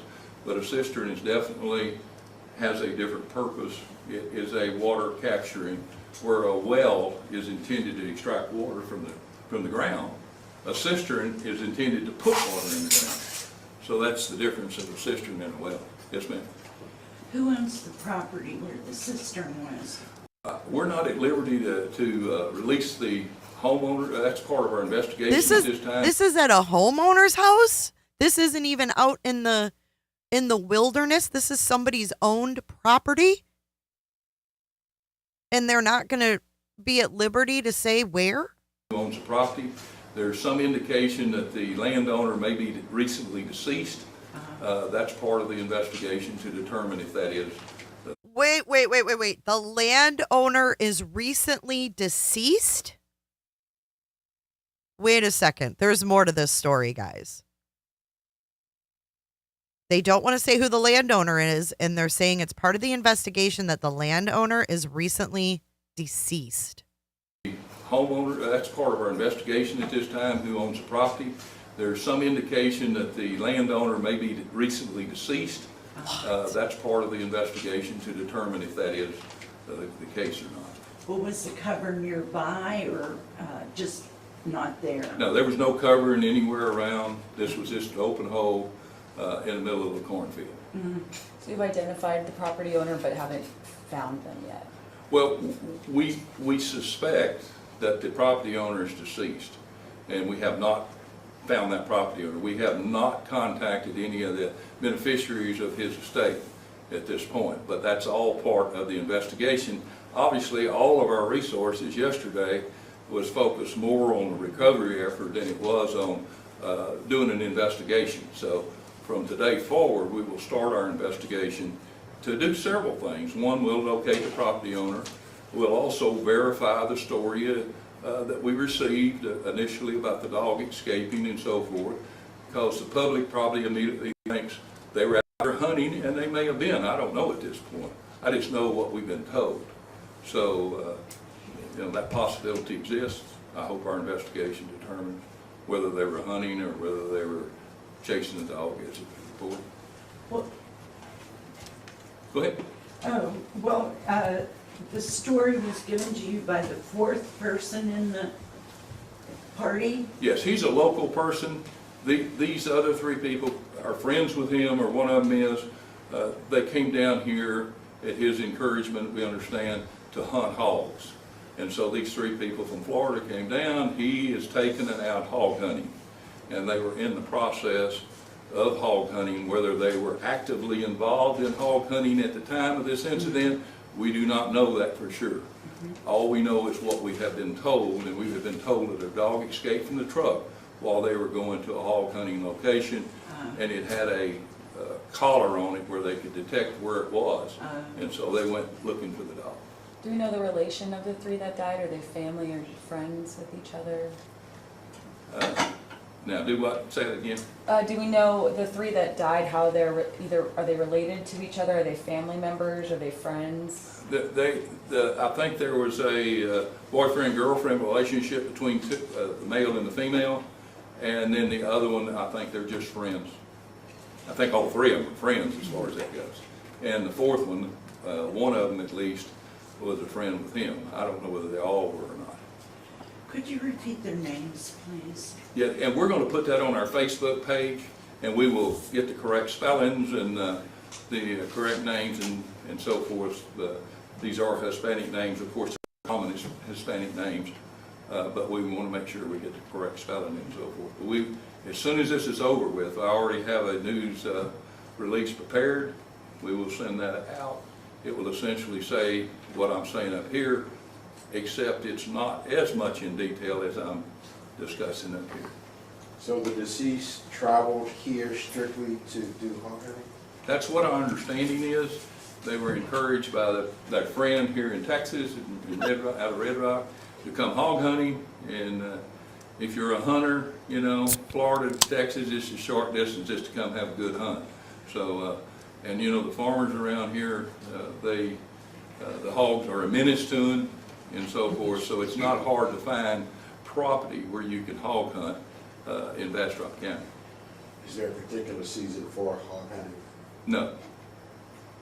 You said recovery efforts took quite a while because of the complications. Do you have an idea of how long it was, maybe from when first responders got there until the bodies were recovered, or any kind of timeline? We concluded our body recovery at about 7:30 last night. That's 7:30 last night. Best I could. I looked at my watch and as I was leaving, and I know I didn't get home till about 8:30 last night. So. And the call came in around 1 a.m. It came in at 1:02 exactly is when it came in the middle of the night too. So that's a.m. right? A.m. 1:02 a.m. is when the call came in, and we wrapped up. What's the survivor recovery, saying? Around 7:30 p.m. We were wanting to get it wrapped up before nighttime because additional resources would have had to been employed in order to do that, and so. Smooth trucking, they got naked too before jumping in. 7:30, and we feel real fortunate, and I don't mind telling you that David Newman did an outstanding job. He was suited up, he was put in protective gear from the fire department, he had a ventilator on, oxygen when he went down, even though we could not detect the hydrogen sulfide at that point. We felt like it had been cleared. We used a suction ventilation to suck out the air and pump in air and clean the air before all this happened, but we still put him on oxygen to go down to make these recoveries. Can we talk to him? What? Can we talk to David Newman? No, not at this point, because I don't know that he could furnish any more information than what I'm doing, and he is dragged out from yesterday and not available. In fact, I think he's got some, I don't know whether I should say this or not, but he's got some minor surgery today, and he's out. So here he is, fixing to have minor surgery, but yet he's going down in this hole and extracting his body. Did he just say that? Would there be any justification to pursue legal action for the homeowner who left the cistern uncovered? I think I'm going to leave that to the legal experts. Even though I'm an attorney, I would tell you that there's always legal action when something like this happens. So rather than point out what legal action, I'd rather leave that to the legal. But you know, you can always anticipate legal action when something like this happens. What kind of answer is that? This is private property, right? It is private property. It had corn that it had a crop on it because the corn had not been harvested yet. How does methane get in like a cistern like this, since it's for water. I'm just a little confused on how like so much methane gas got down there. I'm not sure I can explain that. The question was, how does the hydrogen sulfide gas get there? In a septic tank, because of the products that's being put in there, it's real common, and that's the reason some people were saying this was a septic tank to start out with. It's real common for hydrogen sulfide to develop in the septic tank. This gas is not only explosive, but it will kill you. I mean, this gas is such that you cannot breathe it. I mean, within a matter of minutes, if you're breathing this gas, and it had what I would consider a high level of hydrogen sulfide. Would you say that? Yes, that's what we were told when the air was tested, or the air quality in the home. Yeah, when he had the air quality check, they said it was a high amount, and it would not be anticipated that anyone could live in that cistern with that high level of hydrogen sulfide gas. But it's quite common. It's a stagnation of the water, number one. And think about it, that cistern may have been there 100 years. And the stagnation building over the years, and no telling what's blown in there, what animals that could crawl in there and die. Then you got the animal Well, they should rot. know what You was got in there by now. Different things that's happening. I'm sure snakes crawled in there. It's quite common in cisterns to find snakes and so forth. So the decay would create this hydrogen sulfide. So it was dark when the dog escaped, and the people were running after the dog and didn't see the hole? Well, you're asking me questions. I don't know whether they saw the hole. I would think that the dog didn't see the hole because the dog went in the hole. But some of what you're asking, I don't know. The three people that could tell us exactly what happened are not here any longer. The fourth person can fill in, but wasn't right there at the time that they all went in. And so I can't answer some of those questions. But it was dark. Yeah, at Didn't 1 they a.m. in ask the the morning, lady? yes, ma'am, it's dark. And I don't think there's even a good full moon last night, was it? The way things been going on in the county, as crazy as everybody's been, it seems like a full moon. It's not, but anyway. Are you able to say this is surface level, you said it was a ground level cistern, was the water up to the surface level, or was it a situation where it was down here and that's why they couldn't get up? Yeah. The cistern was at ground level. You know, you wouldn't even stump your toe hardly to fall into it. It was that low to the ground. The water level was 6 to 8 feet down below that, so you can imagine that once they got in there, they cannot reach the top. And then with the gas added to that, I don't know how long, the pathologist will have to tell us that, how long that they could anticipate to be alive under those conditions. We don't have that. We're early in our investigation. So we'll get more information. But we did want to inform the media and the public of what our actions were. I know there's a lot of speculation. How did the bodies get there? What, is this some cynical body dump or something? I heard that to start with, and it's not. It's exactly what we've been talking about. It was a hunting accident that went bad. It's sad that these young people lost their life. I was there when they were brought out, and that's a surreal feeling. Even after 55 years of law enforcement, it's a surreal feeling to see these people pulled out and seeing lying there lifeless. Is that sense, the cistern, is it something that would be, you would visibly see it if it wasn't at night, during the day? Was it marked in any way? It's not marked in any way. You could see it. Were they there with permission? Could But I you wanna know. overlook it? Possibly. We're talking about a hole like this, a man cover hole. So what can you see about a man cover hole, And there was a growing crop all around it.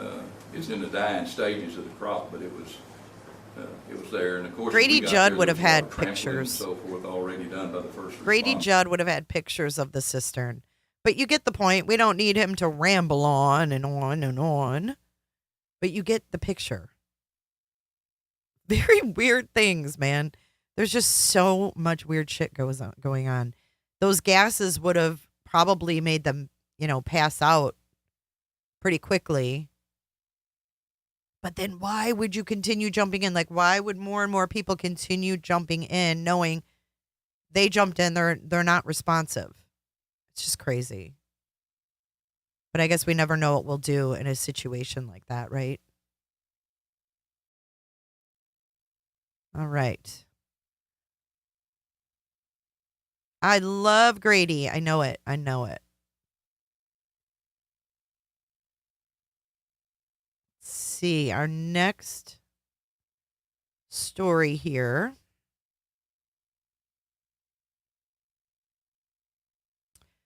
It's a very sad story. This is also out of Texas. It's always Harris County. It's always Harris County, Texas. But we have a poor little 11-year-old girl. And get this. Her dad, hold on, I'm going to find that press conference. Her dad went to work.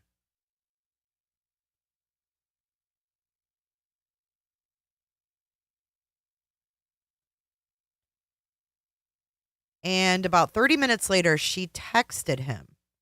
And she said, someone's at the door.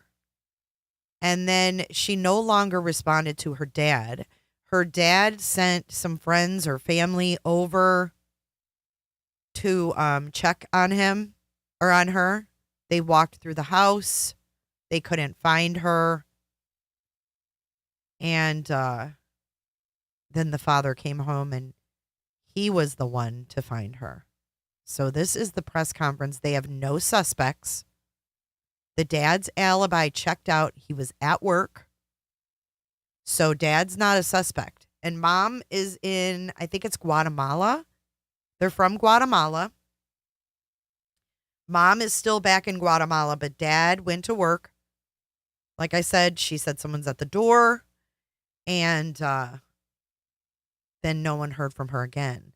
Well, she was found deceased under her bed. And we're going to watch this press conference and then we'll get into more details of how exactly this little girl was found. Because like I said, they have no suspects. They don't know who the fuck did this to her. And that is very, very concerning because it happened over the weekend, guys. So if you live in this area of Pasadena, Texas, there was a little girl who was strangled, essayed, and unalived, and they have no suspects. And they didn't say anything until yesterday. So let's take a listen to this press conference. It's Wednesday it's press conference Wednesday, I guess. Here we go. Okay. Good afternoon. My name is Josh Brugger. Last name Bruegger. I'm the police chief here at the city of Pasadena.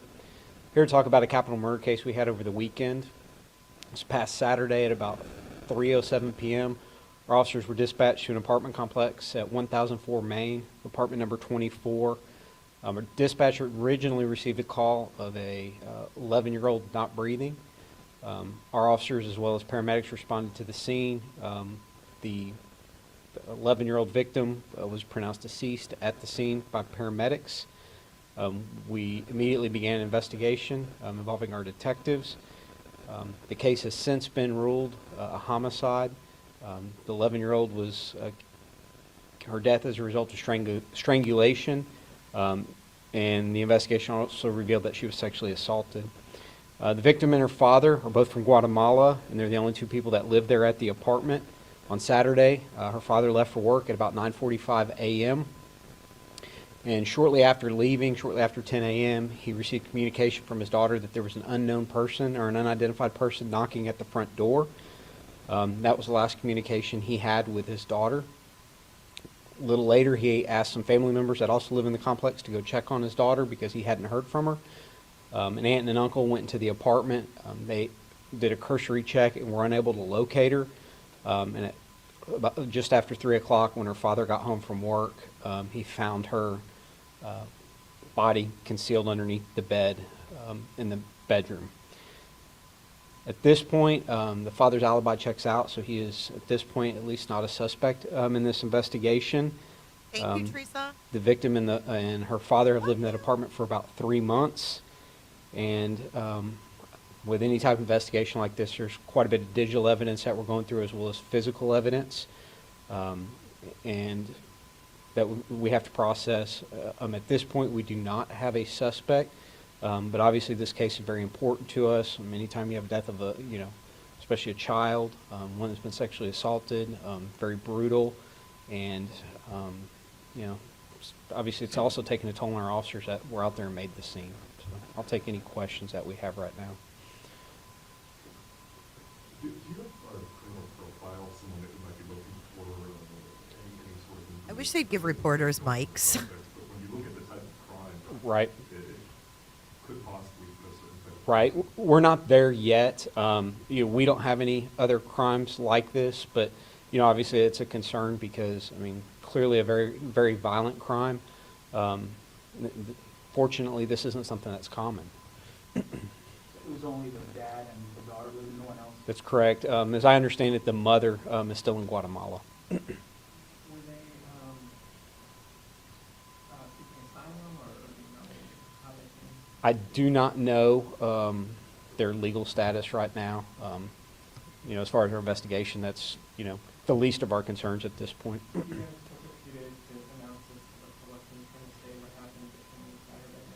The autopsy wasn't done until yesterday, and so really trying to get the pieces together. When I come stand before you, I want to have as many facts as I can, and so again, the autopsy not being done until yesterday is the reason we're putting it out today. Is this an apartment complex or not? It is an apartment complex, relatively small. There's a large Guatemalan population there in that apartment complex. And like I said, the family members that the father had called to come check on her, they live in the complex as well. And so it's she a, had an aunt and uncle. I say a fairly close, in community there. Somebody had to have seen something, and that's the big thing that we're asking for is, this is the apartment. Whoever here. saw something, around 10 a.m. or just after 10 a.m. on Saturday at that particular apartment, we're asking them to come forward with any information that they might have. Is it safe to say that maybe that person knew that little girl was there at home alone? It seems awfully, suspicious that, dad leaves for work and, within 30 minutes you've got somebody knocking at the door, certainly. Okay, so at around 10 o'clock, is that what you said when she sends the text message? Thanks, Bruno Jones. Correct. And does the dad say anything like, hey, don't answer the door? Or? There was some communication. I don't want to divulge what the communication was back and forth yet at this point. I will say, he asked if somebody entered. She didn't respond. And that's the last communication there is. From your investigation, was there a forced entry? There was not forced entry. The door was unlocked and it was closed when the first family members went to go check on. And you said that it's a very small complex, so Yep. you described it. Correct. I mean, what are the... Thank you, Candy. Whoop, whoop. I think naturally that's the first place you're going to look, right, is somewhere around there. And that's, obviously we're going to start our efforts there and, move out from there. But that's, certainly we have talked to several people there in the complex at this point. D press conferences, yeah. Right. Anytime, you have a crime like this, certainly, we don't have a suspect at this point. And so, we're doing our level best to get out there, and solve this crime. But certainly, as a, parent of a, almost 10-year-old myself, certainly is a cause for concern.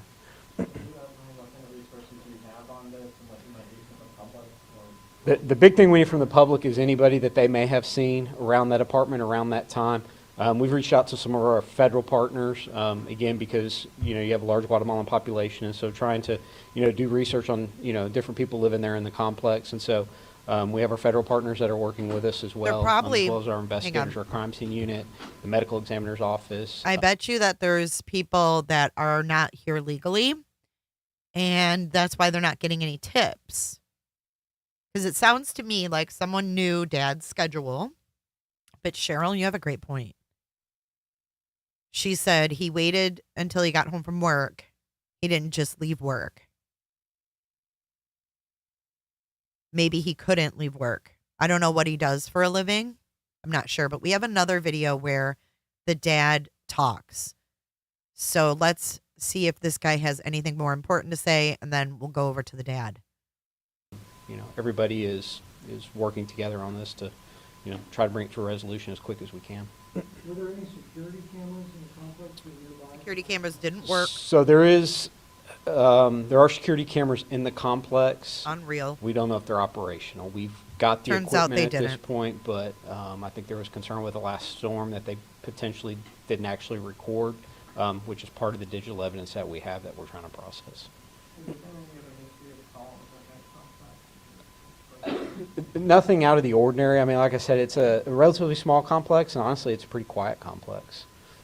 That's the complex on the screen. Incredible advancements in forensic science over the past few years. And things like this, would you think would be fairly solvable? Would you be able to identify somebody in a pretty short period of time? I don't know what the timeline is on getting all these results. Right. And all that. And that's always the biggest challenge is, you know, turning things around. We're not it's not the only homicide in the county. You know, it's not the only, certainly it's a high profile case. I mean, when you have an 11-year-old, but that's not to say one homicide is more important than another one, right? And so working through, with the Institute of Forensic Sciences on the processing of DNA. DNA is time consuming as far as getting, results back. And so we're working on trying to identify which pieces of evidence are. Yada, yada, yada. So we have this girl that was essayed, strangled. God, you're gonna shit when you hear the details. Okay, here's the details. This is the latest, 12 hours ago. Topping the news, Pasadena police looking for the person who sexually assaulted an 11-year-old girl before strangling her to death. Investigators say this happened on Saturday while the child's father was at work. Matt Doherty is live in Pasadena tonight, talking with the father and dad. Police. What are they saying, Matt? Lenny, the father is devastated tonight. Tonight, police made it clear that he is... Is this Ken or a reporter? Looks like a Ken doll. Not a suspect. In fact, he was the one who found his daughter beneath a bed on Saturday afternoon. No fighting. Dispatcher just asked the subject who put the 11-year-old in a trash bag under the bed. We're very unclear on what's going on with the call split. On Saturday afternoon, paramedics in Pasadena were sent to this She was in apartment trash complex bags to help a child who was found not breathing. Little did they know they'd arrived at the scene of a horrific murder. Go ahead and get everybody out of the apartment, seal it off, and separate them. Beneath a bed was 11-year-old Maria Elena Gonzalez, her body wrapped in a trash bag, stuffed in a laundry basket. One day later, her autopsy would show she'd been beaten, sexually assaulted, and strangled. Very brutal, and obviously it's also taken a toll on our officers that were out there and made the scene. She was a good, quiet girl, says Maria Elena's father, Carmelo Gonzalez, as we sat down with him today. He says it's been 4 years since he and his daughter came to the U.S. from Guatemala, and 3 months since they moved into this apartment complex. He tells us he left for work Saturday morning at about 9:45. Just after 10 a.m., his daughter sent him a message saying there was somebody knocking at the door. He told her not to open it. She said she wouldn't and that she would stay in her bed. It was the last communication he would get from his daughter. I called and called and called, her father said, but she didn't answer me. Gonzalez called his brother and sister-in-law, who also live at the complex, asking them to go check on her. When they got to the unit, the door was open and they didn't see the girl. Gonzalez was the one who found his daughter when he got home, after he looked under the bed. Now police say they're on the hunt for a dangerous child killer. They're still awaiting the results of forensic tests, but so far have no suspects. Police say there was no forced entry, and security cameras at the complex may not have been working at the time of the murder. She was a sweet little girl, little angel, and... Tonight, neighbors react to the killing. They tell us they threw a party for Maria Elena just a few weeks ago when she celebrated her 11th birthday. Now they're afraid for their own children. To bring my daughter over here, no. And I'm just scared, like going to work and what's going to happen. Like, no, I don't want to think like that, but I don't feel safe here. Pasadena police say nothing was taken from the home during the crime. They're asking anyone with information to give them a call tonight. Back to you. Do you guys think that the dad is a suspect and they're just saying he isn't? I'm confused because I think Cheryl has a really good point on this. Like, the dad.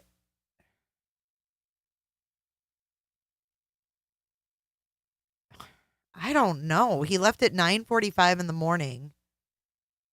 And then he's calling and calling and calling all day. And then the family member goes over there and can't find her. And he still stays at work till 3. I think that's a little weird.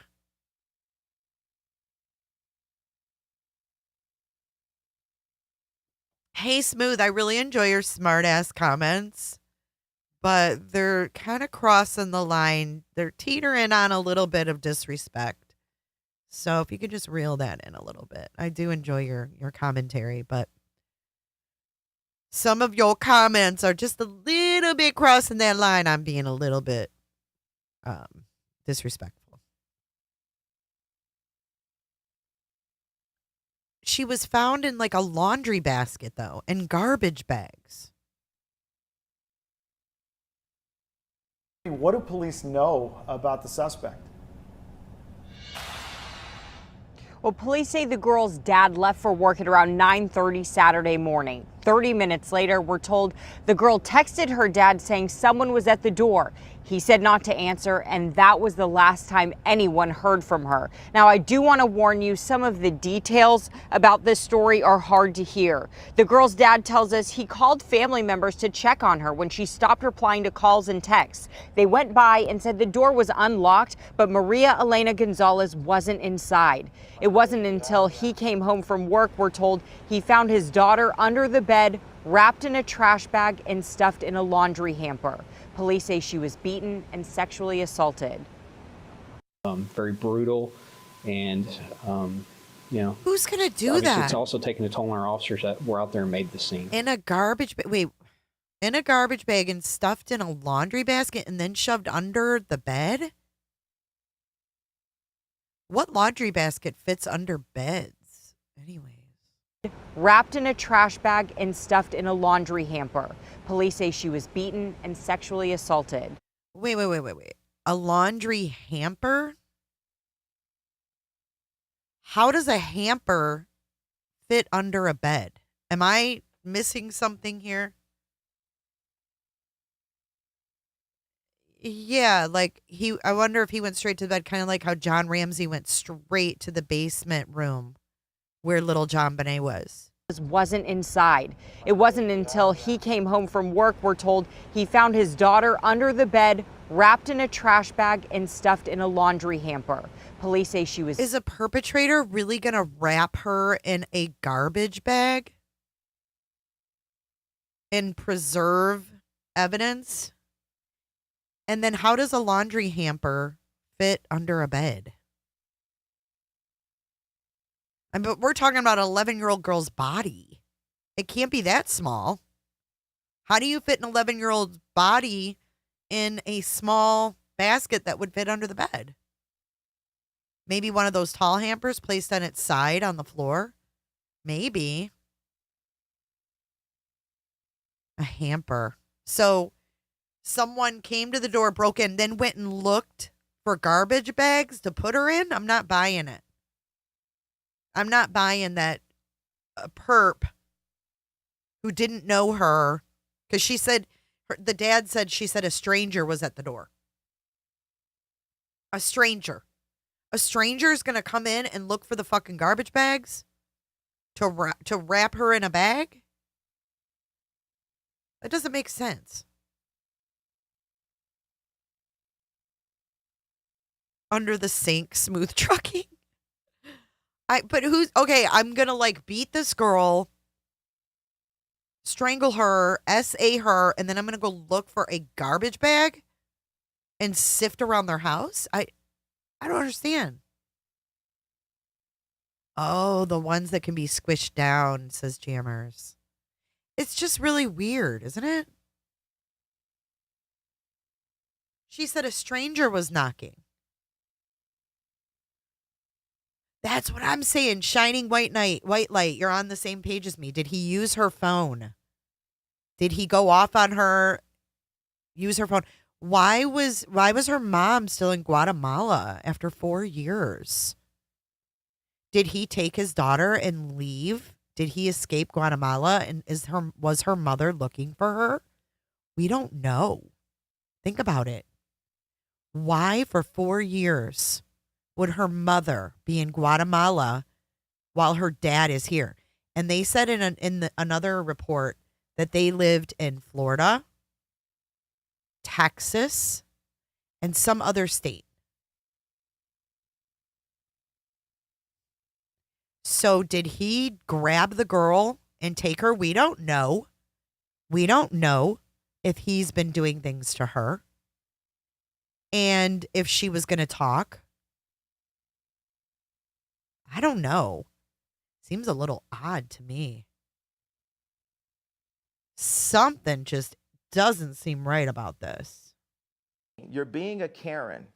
Hold up. Wait a minute. Something ain't right. And then he waits all day, like Cheryl said.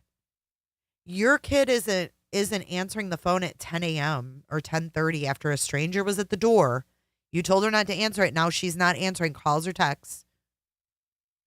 You have family members that go over there. They can't find her. There's no sign. But you stay at work till 3? Unless he was not allowed to leave. Crop worker, not allowed to leave. I don't know. Seems weird. He clearly doesn't speak English, and he's from Guatemala. He's been here 4 years.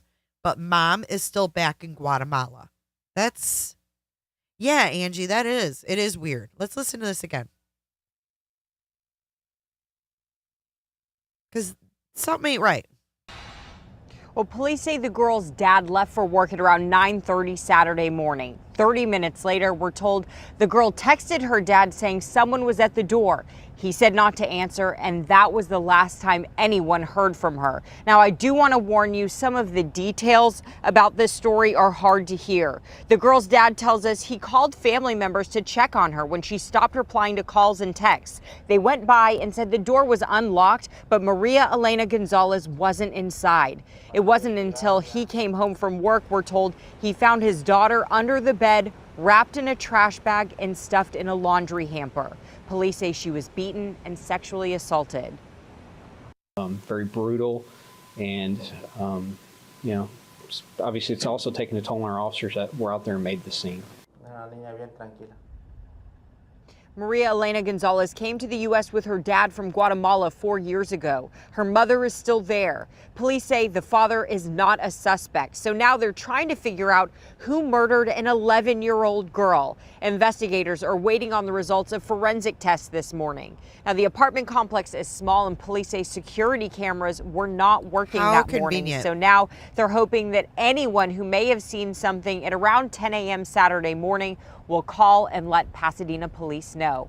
Steph, back to you. All right, let's watch the other one with the dad.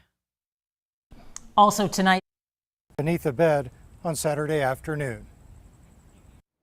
Dispatcher just asked the subject who put the 11-year-old in a trash bag under the bed. We're very unclear on what's going on with this call split. Why were they so confused? Dispatcher just asked the subject who put the 11-year-old in the trash bag under the bed. And then they're unclear on this call slip.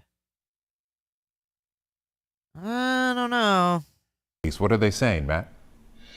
So what are you saying, Todd? Lenimia, the father is devastated tonight. Tonight, police made it clear that he is not a suspect. In fact, he was the one who found his daughter beneath a bed on Saturday afternoon.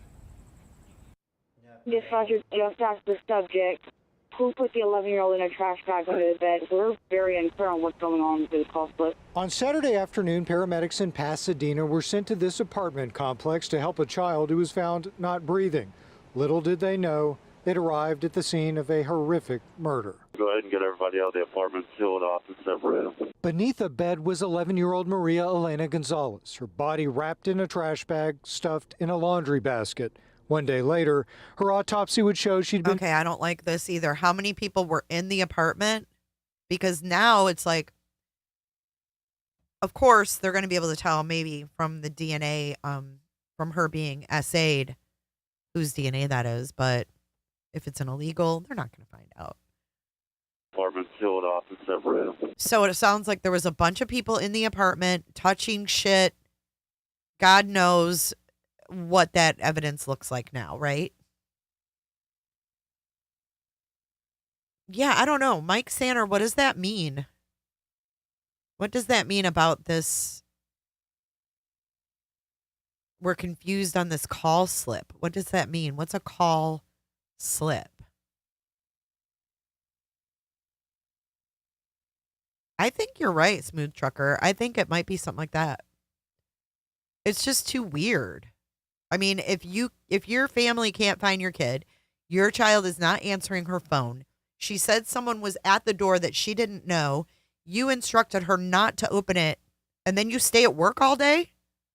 Or you don't call the police? Like, even if he couldn't leave work, call the cops.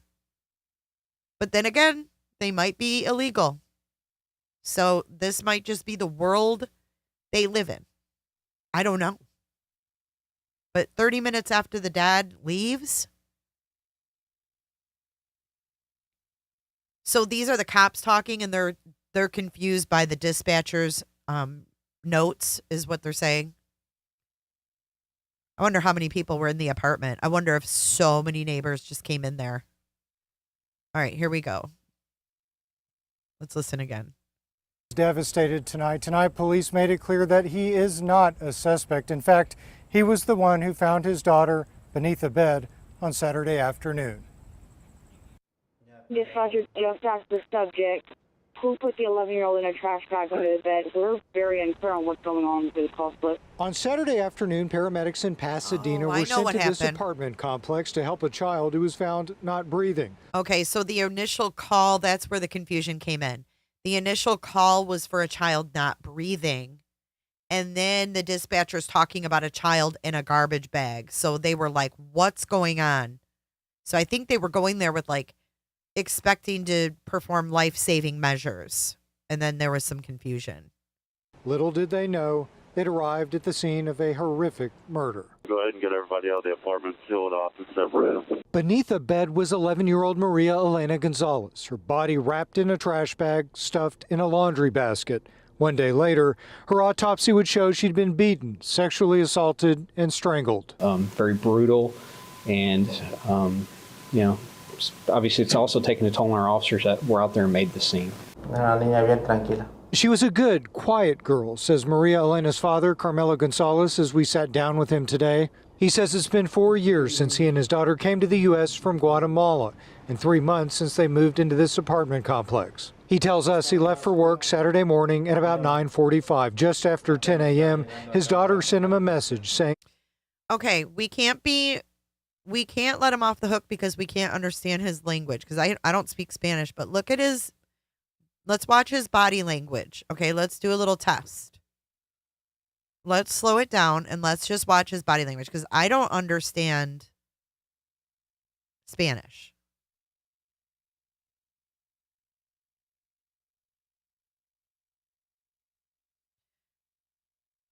But we have to, we do this with everybody else. We have to judge the body language, the reaction, the mouth curling up and all that weird bullshit.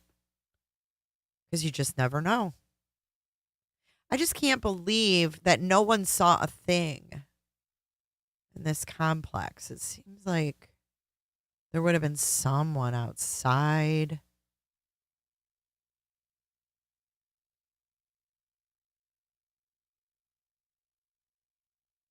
What are you guys thinking?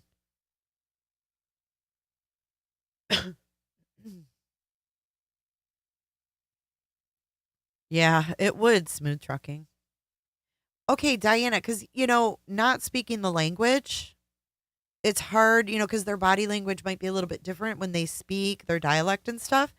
So I'm trying not to be judgy, but I'm just looking at him and I don't see concern. I don't see anything on his face that says concern. I don't know.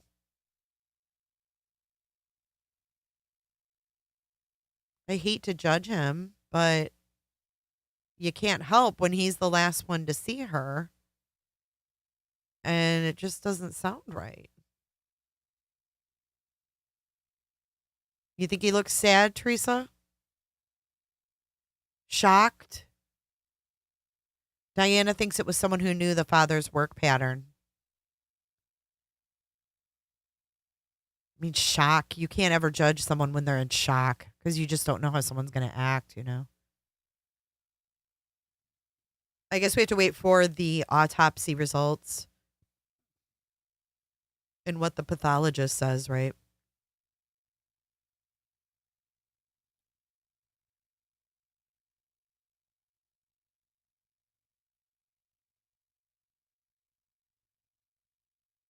I guess I would need to know more details. Like, why did he stay at work all day? Why didn't he call the police when the aunt and uncle, like, why didn't the aunt and uncle call the police? Like, she's not here. Like, where did they think she was?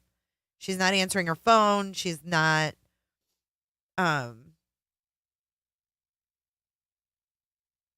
responding to texts. I don't know. I'm just feeling like something's not right here.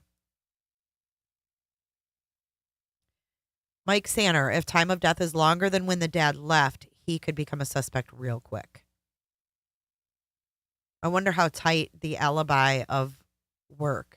Yeah, he's not crying. There's no like furrow in his brow. There's no, and I'm not a fucking expert, but I mean, you use your common sense and your intuition. You can talk to someone and get. I mean, look at her forehead. She's like, fuck this. Like, this is crazy. I'm scared. She was a sweet little girl. She's talking about this little girl, and look at her face. This is a neighbor. Girl. She's a very sweet girl. Look at her face. She just can't believe it. Look at her. Look at her forehead. That's what I'm talking about. I'm no expert, but you can tell when people are emotional, and this dude ain't emotional. Nothing, like his mouth's not down, like he's sad. He's just kind of like, what the fuck happened? I don't know.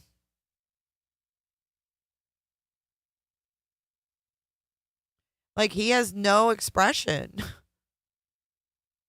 I don't know. It's very strange. We'll wait for more, though. We'll definitely follow up on this one because this is a little bit crazy. Because even if you don't speak the same language, emotions are the same. Sadness, grief, sorrow, regret, guilt. They are all the same. People are people. And I'm just not, oh no. I just see something. It just doesn't feel right. Just doesn't feel right to me. You think so, Frag? Yeah, he keeps looking down. I don't know. He looks ashamed to me. I see more shame. Shining white light. Look at that little girl's neck in that picture. Does she have bruising on her neck?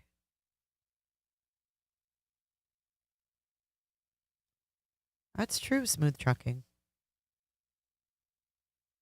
Chris Watts took a long time to come home, too. Ooh, good point, Audrey.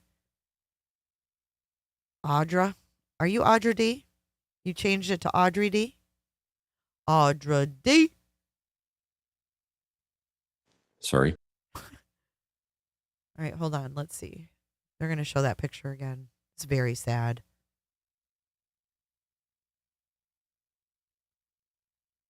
He took the money before the interview. You think he got paid for that? Diana says he's destroyed. I don't know. I think that could be a shadow. I think it's a shadow. It's not a very clear picture at all. It's almost like they took a picture of that picture in the frame. That's what it is. The reporter or whoever took a picture of. Remember the picture that was in the frame? Right there. They took a picture of that picture. And the dad's like looking, he's not even looking at the person asking him questions. It's kind of weird. or the picture of his kid. Let's watch this again. Let's put some sound on. Let's watch it normal. Elena's father, Carmelo Gonzalez, as we sat down with him today. He says it's been 4 years since he and his daughter came to the U.S. from Guatemala and 3 months since they moved into this apartment complex. He tells us he left for work Saturday morning at about 9:45. Just after 10 a.m., his daughter sent him a message saying there was somebody knocking at the door. He told her not to open it. She said she wouldn't and that she would stay in her bed. It was the last communication he would get from his daughter. I called and called and called, her father said, but she didn't answer me. Gonzalez called his brother and sister-in-law, who also live at the complex, asking them to go check on her. When they got to the unit, the door was open and they didn't see the girl. Gonzalez was the one who found his daughter when he got home after he looked under the bed. Now police say they're on the hunt for a dangerous child killer. They're still awaiting the results of forensic tests, but so far have no suspects. Police say there was no forced entry, and security cameras at the complex may not have been... What about Uncle? What about Uncle? Bruno, it's 107 in Panama City. Holy smokes.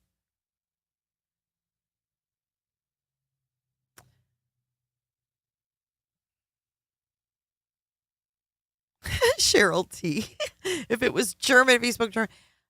I don't know. I just feel like there's something not right here. What about Uncle? They didn't say Uncle was cleared, did they?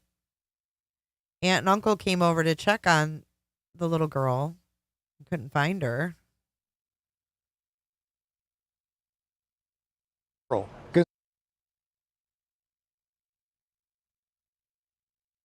I don't know. I would be a little more angry if I just would expect to see some anger, right?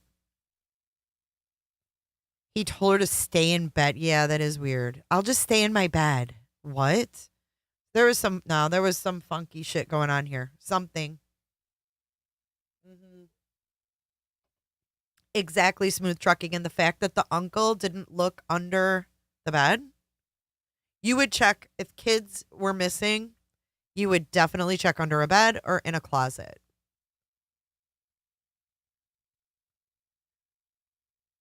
In her bed, I believe, is what they said.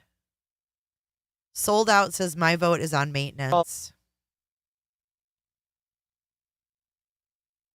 I'm not trusting the dude. I'm sorry. I just got to say it. I'm just not. I might be wrong, but I am feeling a little weird.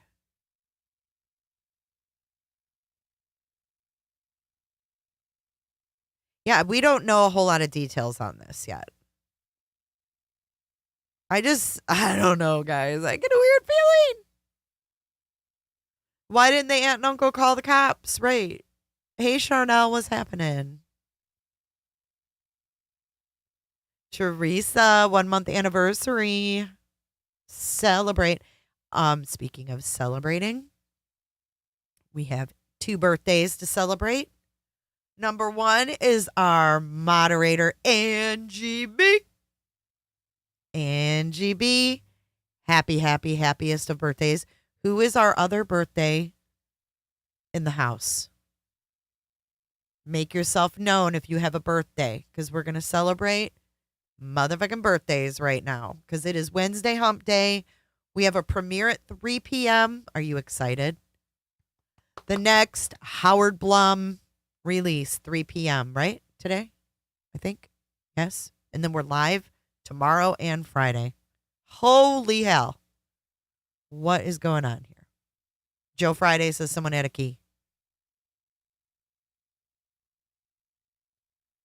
Amy says she flew to Florida last week and is still sweating. I know, it's horrible. We can't even go out. Sold Out says, you think she'd call her aunt and uncle if she was scared and they live close? Yeah. Let's listen to that again. And then we're going to celebrate our birthdays. I want to hear that part again. So they asked, who put the child in a garbage bag? Weird. He tells us he left for work Saturday morning at about 9:45. Just after 10 a.m., his daughter sent him a message saying there was somebody knocking at the door. He told her not. Now notice there's a peephole. There's somebody knocking at the door. Couldn't she have gotten up and looked through the peephole and told him who was there? I noticed the peephole. To open it. She said she wouldn't and that she would stay in her bed. She said she wouldn't open it and she would stay in her bed. Was she not allowed to get out of bed when he was at work? I won't open it and I'm going to stay in my bed. And then I'm going to be found underneath it. Miss Nightbot, is Miss Nightbot still here? Happiest of birthdays to our wonderful moderator, Angie B, and to our lovely subscriber, Miss Nightbot. This one is for you guys. Go, shorty, it's your birthday.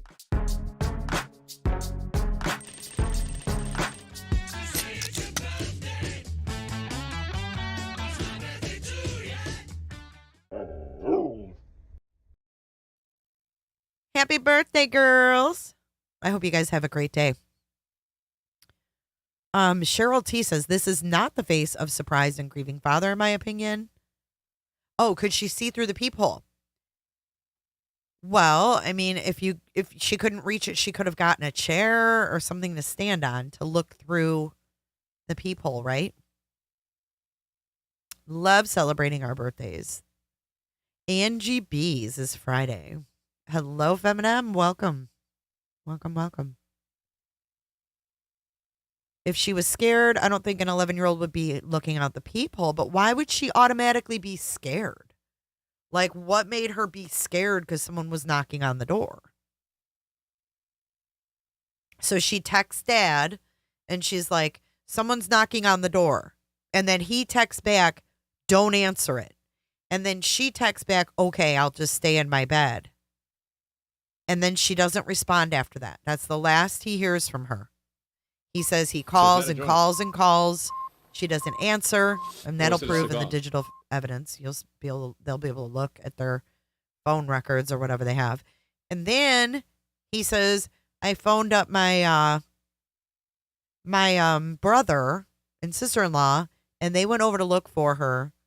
They said the door was unlocked, and they couldn't find her anywhere. So you mean to tell me somebody beat this girl, strangled her, essayed her, and nothing was in disarray at all? She was just wrapped in a garbage bag in a laundry basket, shoved under her bed? I just don't know why she would be scared. I mean, your aunt and uncle live in, it's a small apartment complex.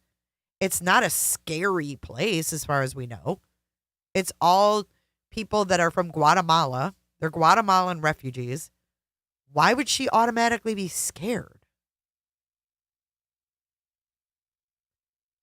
No signs of a break-in. We don't know if they were locked. He's not saying. He's just saying that he told her not to answer it. And I don't know if there's any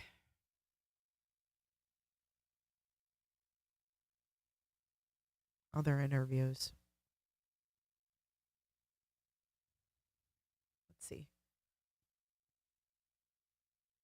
Yeah, here's another report. Let's watch this one. Well, they tell me this is just an awful situation. Police say that when the dad left for work, that was the last time he heard from his daughter when she texted him saying that somebody was knocking on the door. And what they say, they said that there was no signs of forced entry. Families and police are trying to figure out who killed 11-year-old Maria Gonzalez at the small apartment complex on Main Street in Pasadena. Police say she was sexually assaulted. Carmelo Gonzalez is Maria's dad. Gonzalez told us Maria texted him after he left for work Saturday morning. She said someone was knocking on the door. Family members then went to check on her, but they didn't see or hear anything. Gonzalez finished his shift at work, and when he got home 5 hours later after that initial text, he says he found her dead, hidden under a bed. The father's alibi checks out. Police say at this time his alibi checks out and that he is not a suspect. Police told us Beth. federal investigators are helping to figure out what happened to Maria. DNA samples have been taken from people who live in the complex, but police said they're running into some roadblocks. Getting cooperation has been, frankly, somewhat of a challenge.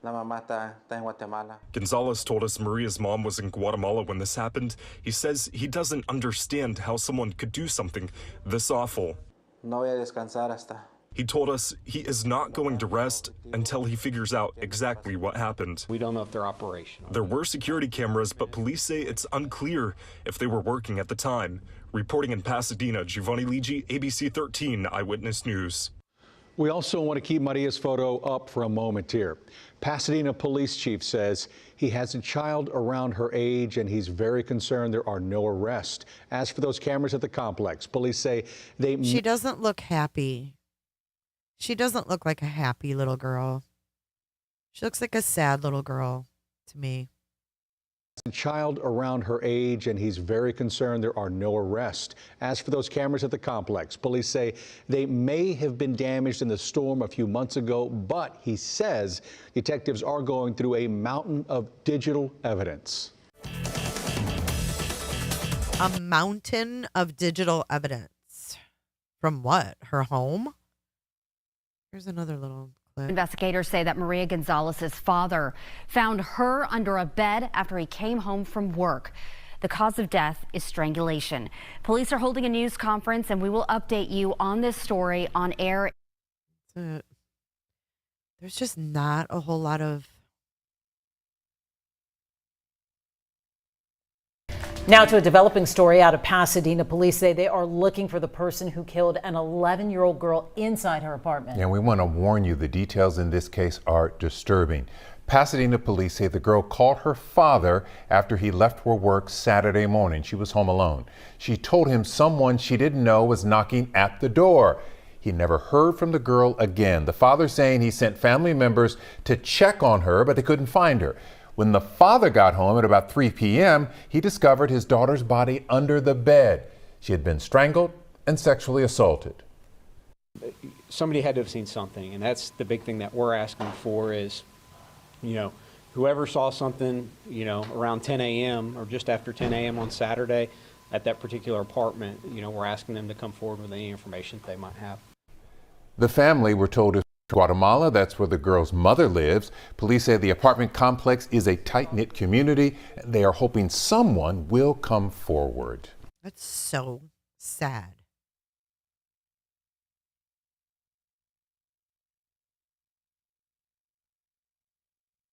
And that's it. I can't find any.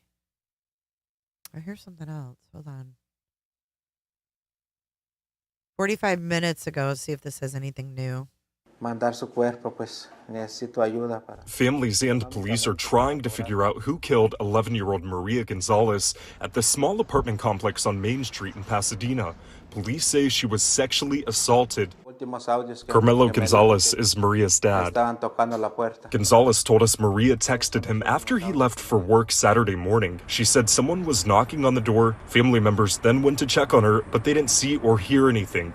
Gonzalez finished his shift at work, and when he got home 5 hours later after that initial text, he says he found her dead,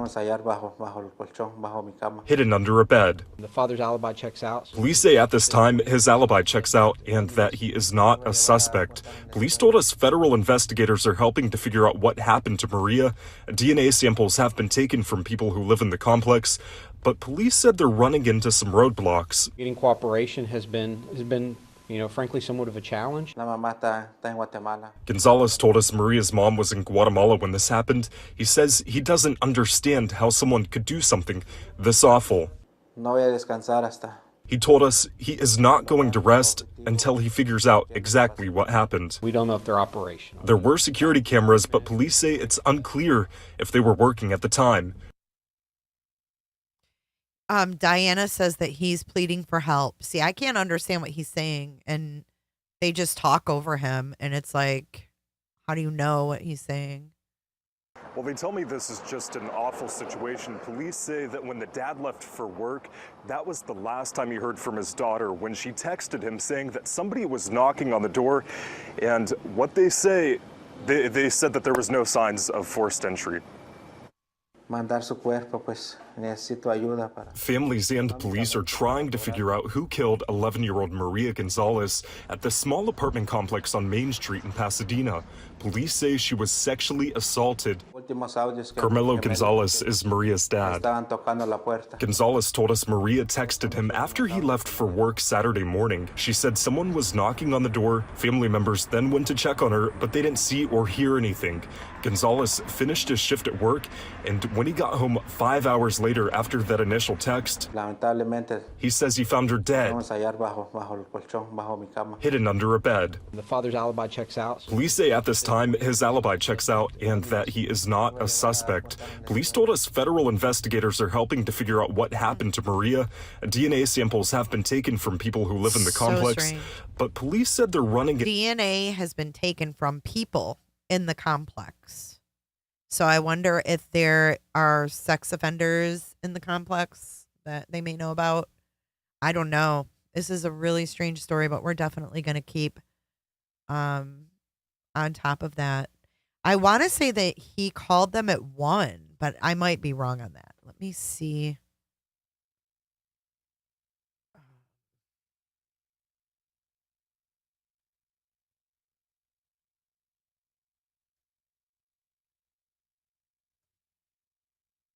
I think they said 1 o'clock, but let me double check here.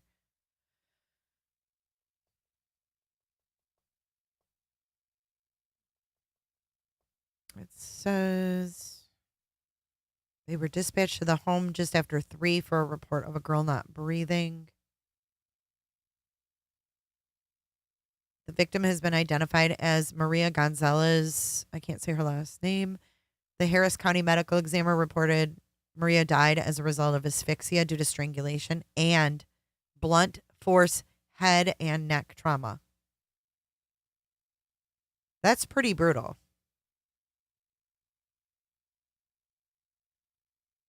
The apartment is relatively small, about 13 miles southeast of downtown Houston, and it consists of a fairly close-knit community. And they say it's pretty quiet. Dad left at 9:45. Shortly after 10 a.m., Maria messaged her father that there was an unknown person knocking at the front door, and that's the last he heard from her. Just as soon after, there's no time. She wasn't enrolled in school yet. They had just moved there from Austin and had lived in Florida before that. And that's all that says. It doesn't say a time. Let's see if this one does.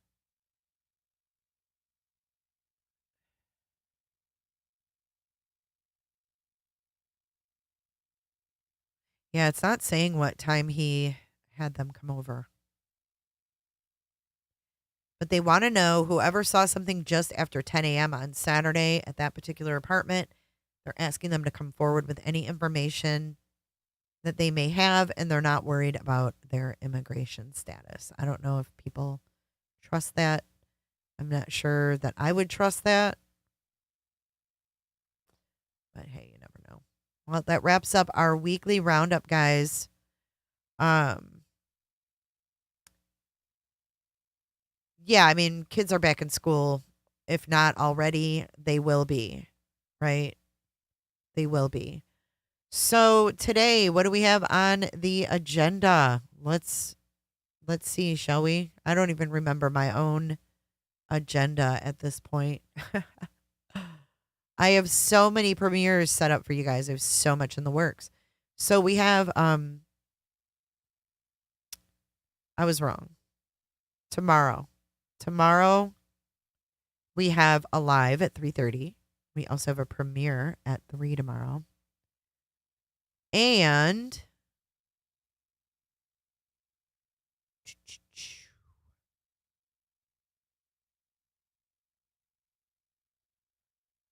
we have, let's see, the 16th. That's today.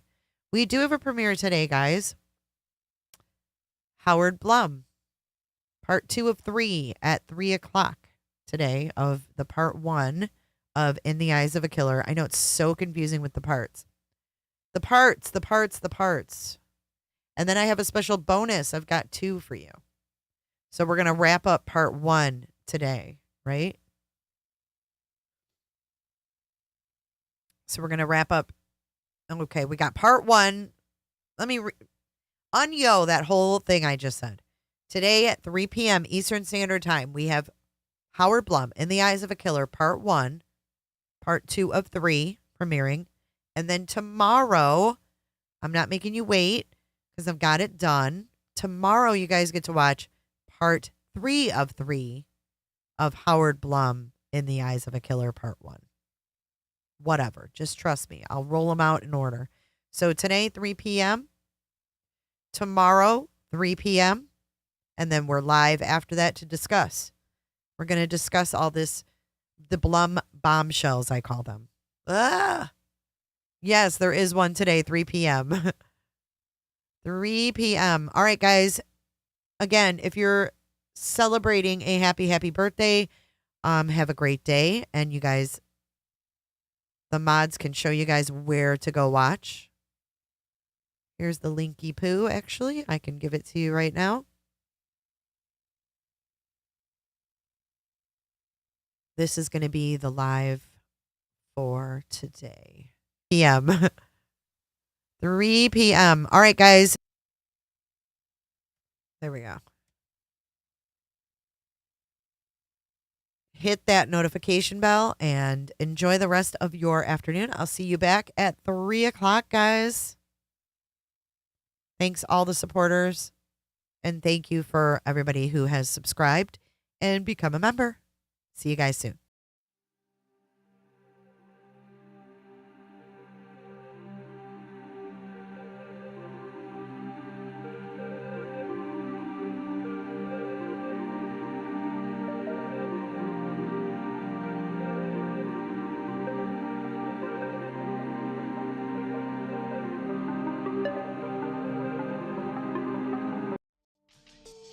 Be sure to check out my other videos and playlists for more true crime content. And if that's not enough, you can join our Patreon. Don't have a tinfoil hat? It's okay. We'll make you one. It's that easy. See you guys in the next video. See you later. Bye.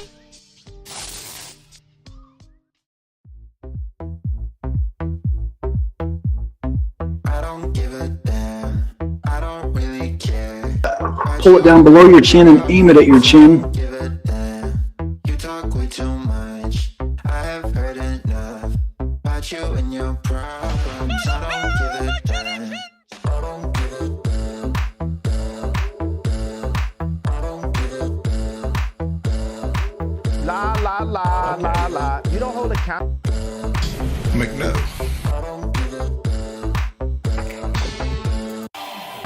You wanna be with me. Myself isn't the real, but I'm feeling different. You're making plans to get to France, but don't wanna face the fact that I ain't got time, I ain't got time for that. Staying up late, sleeping all day, dreaming about Cadillacs. Buying new shoes, hanging by the pool, sipping on Coke and Jack. Calling my phone when you feel alone. One Jennifer or 2 Jennifers? Thanks so much, Jennifer. Bye, Jennifer.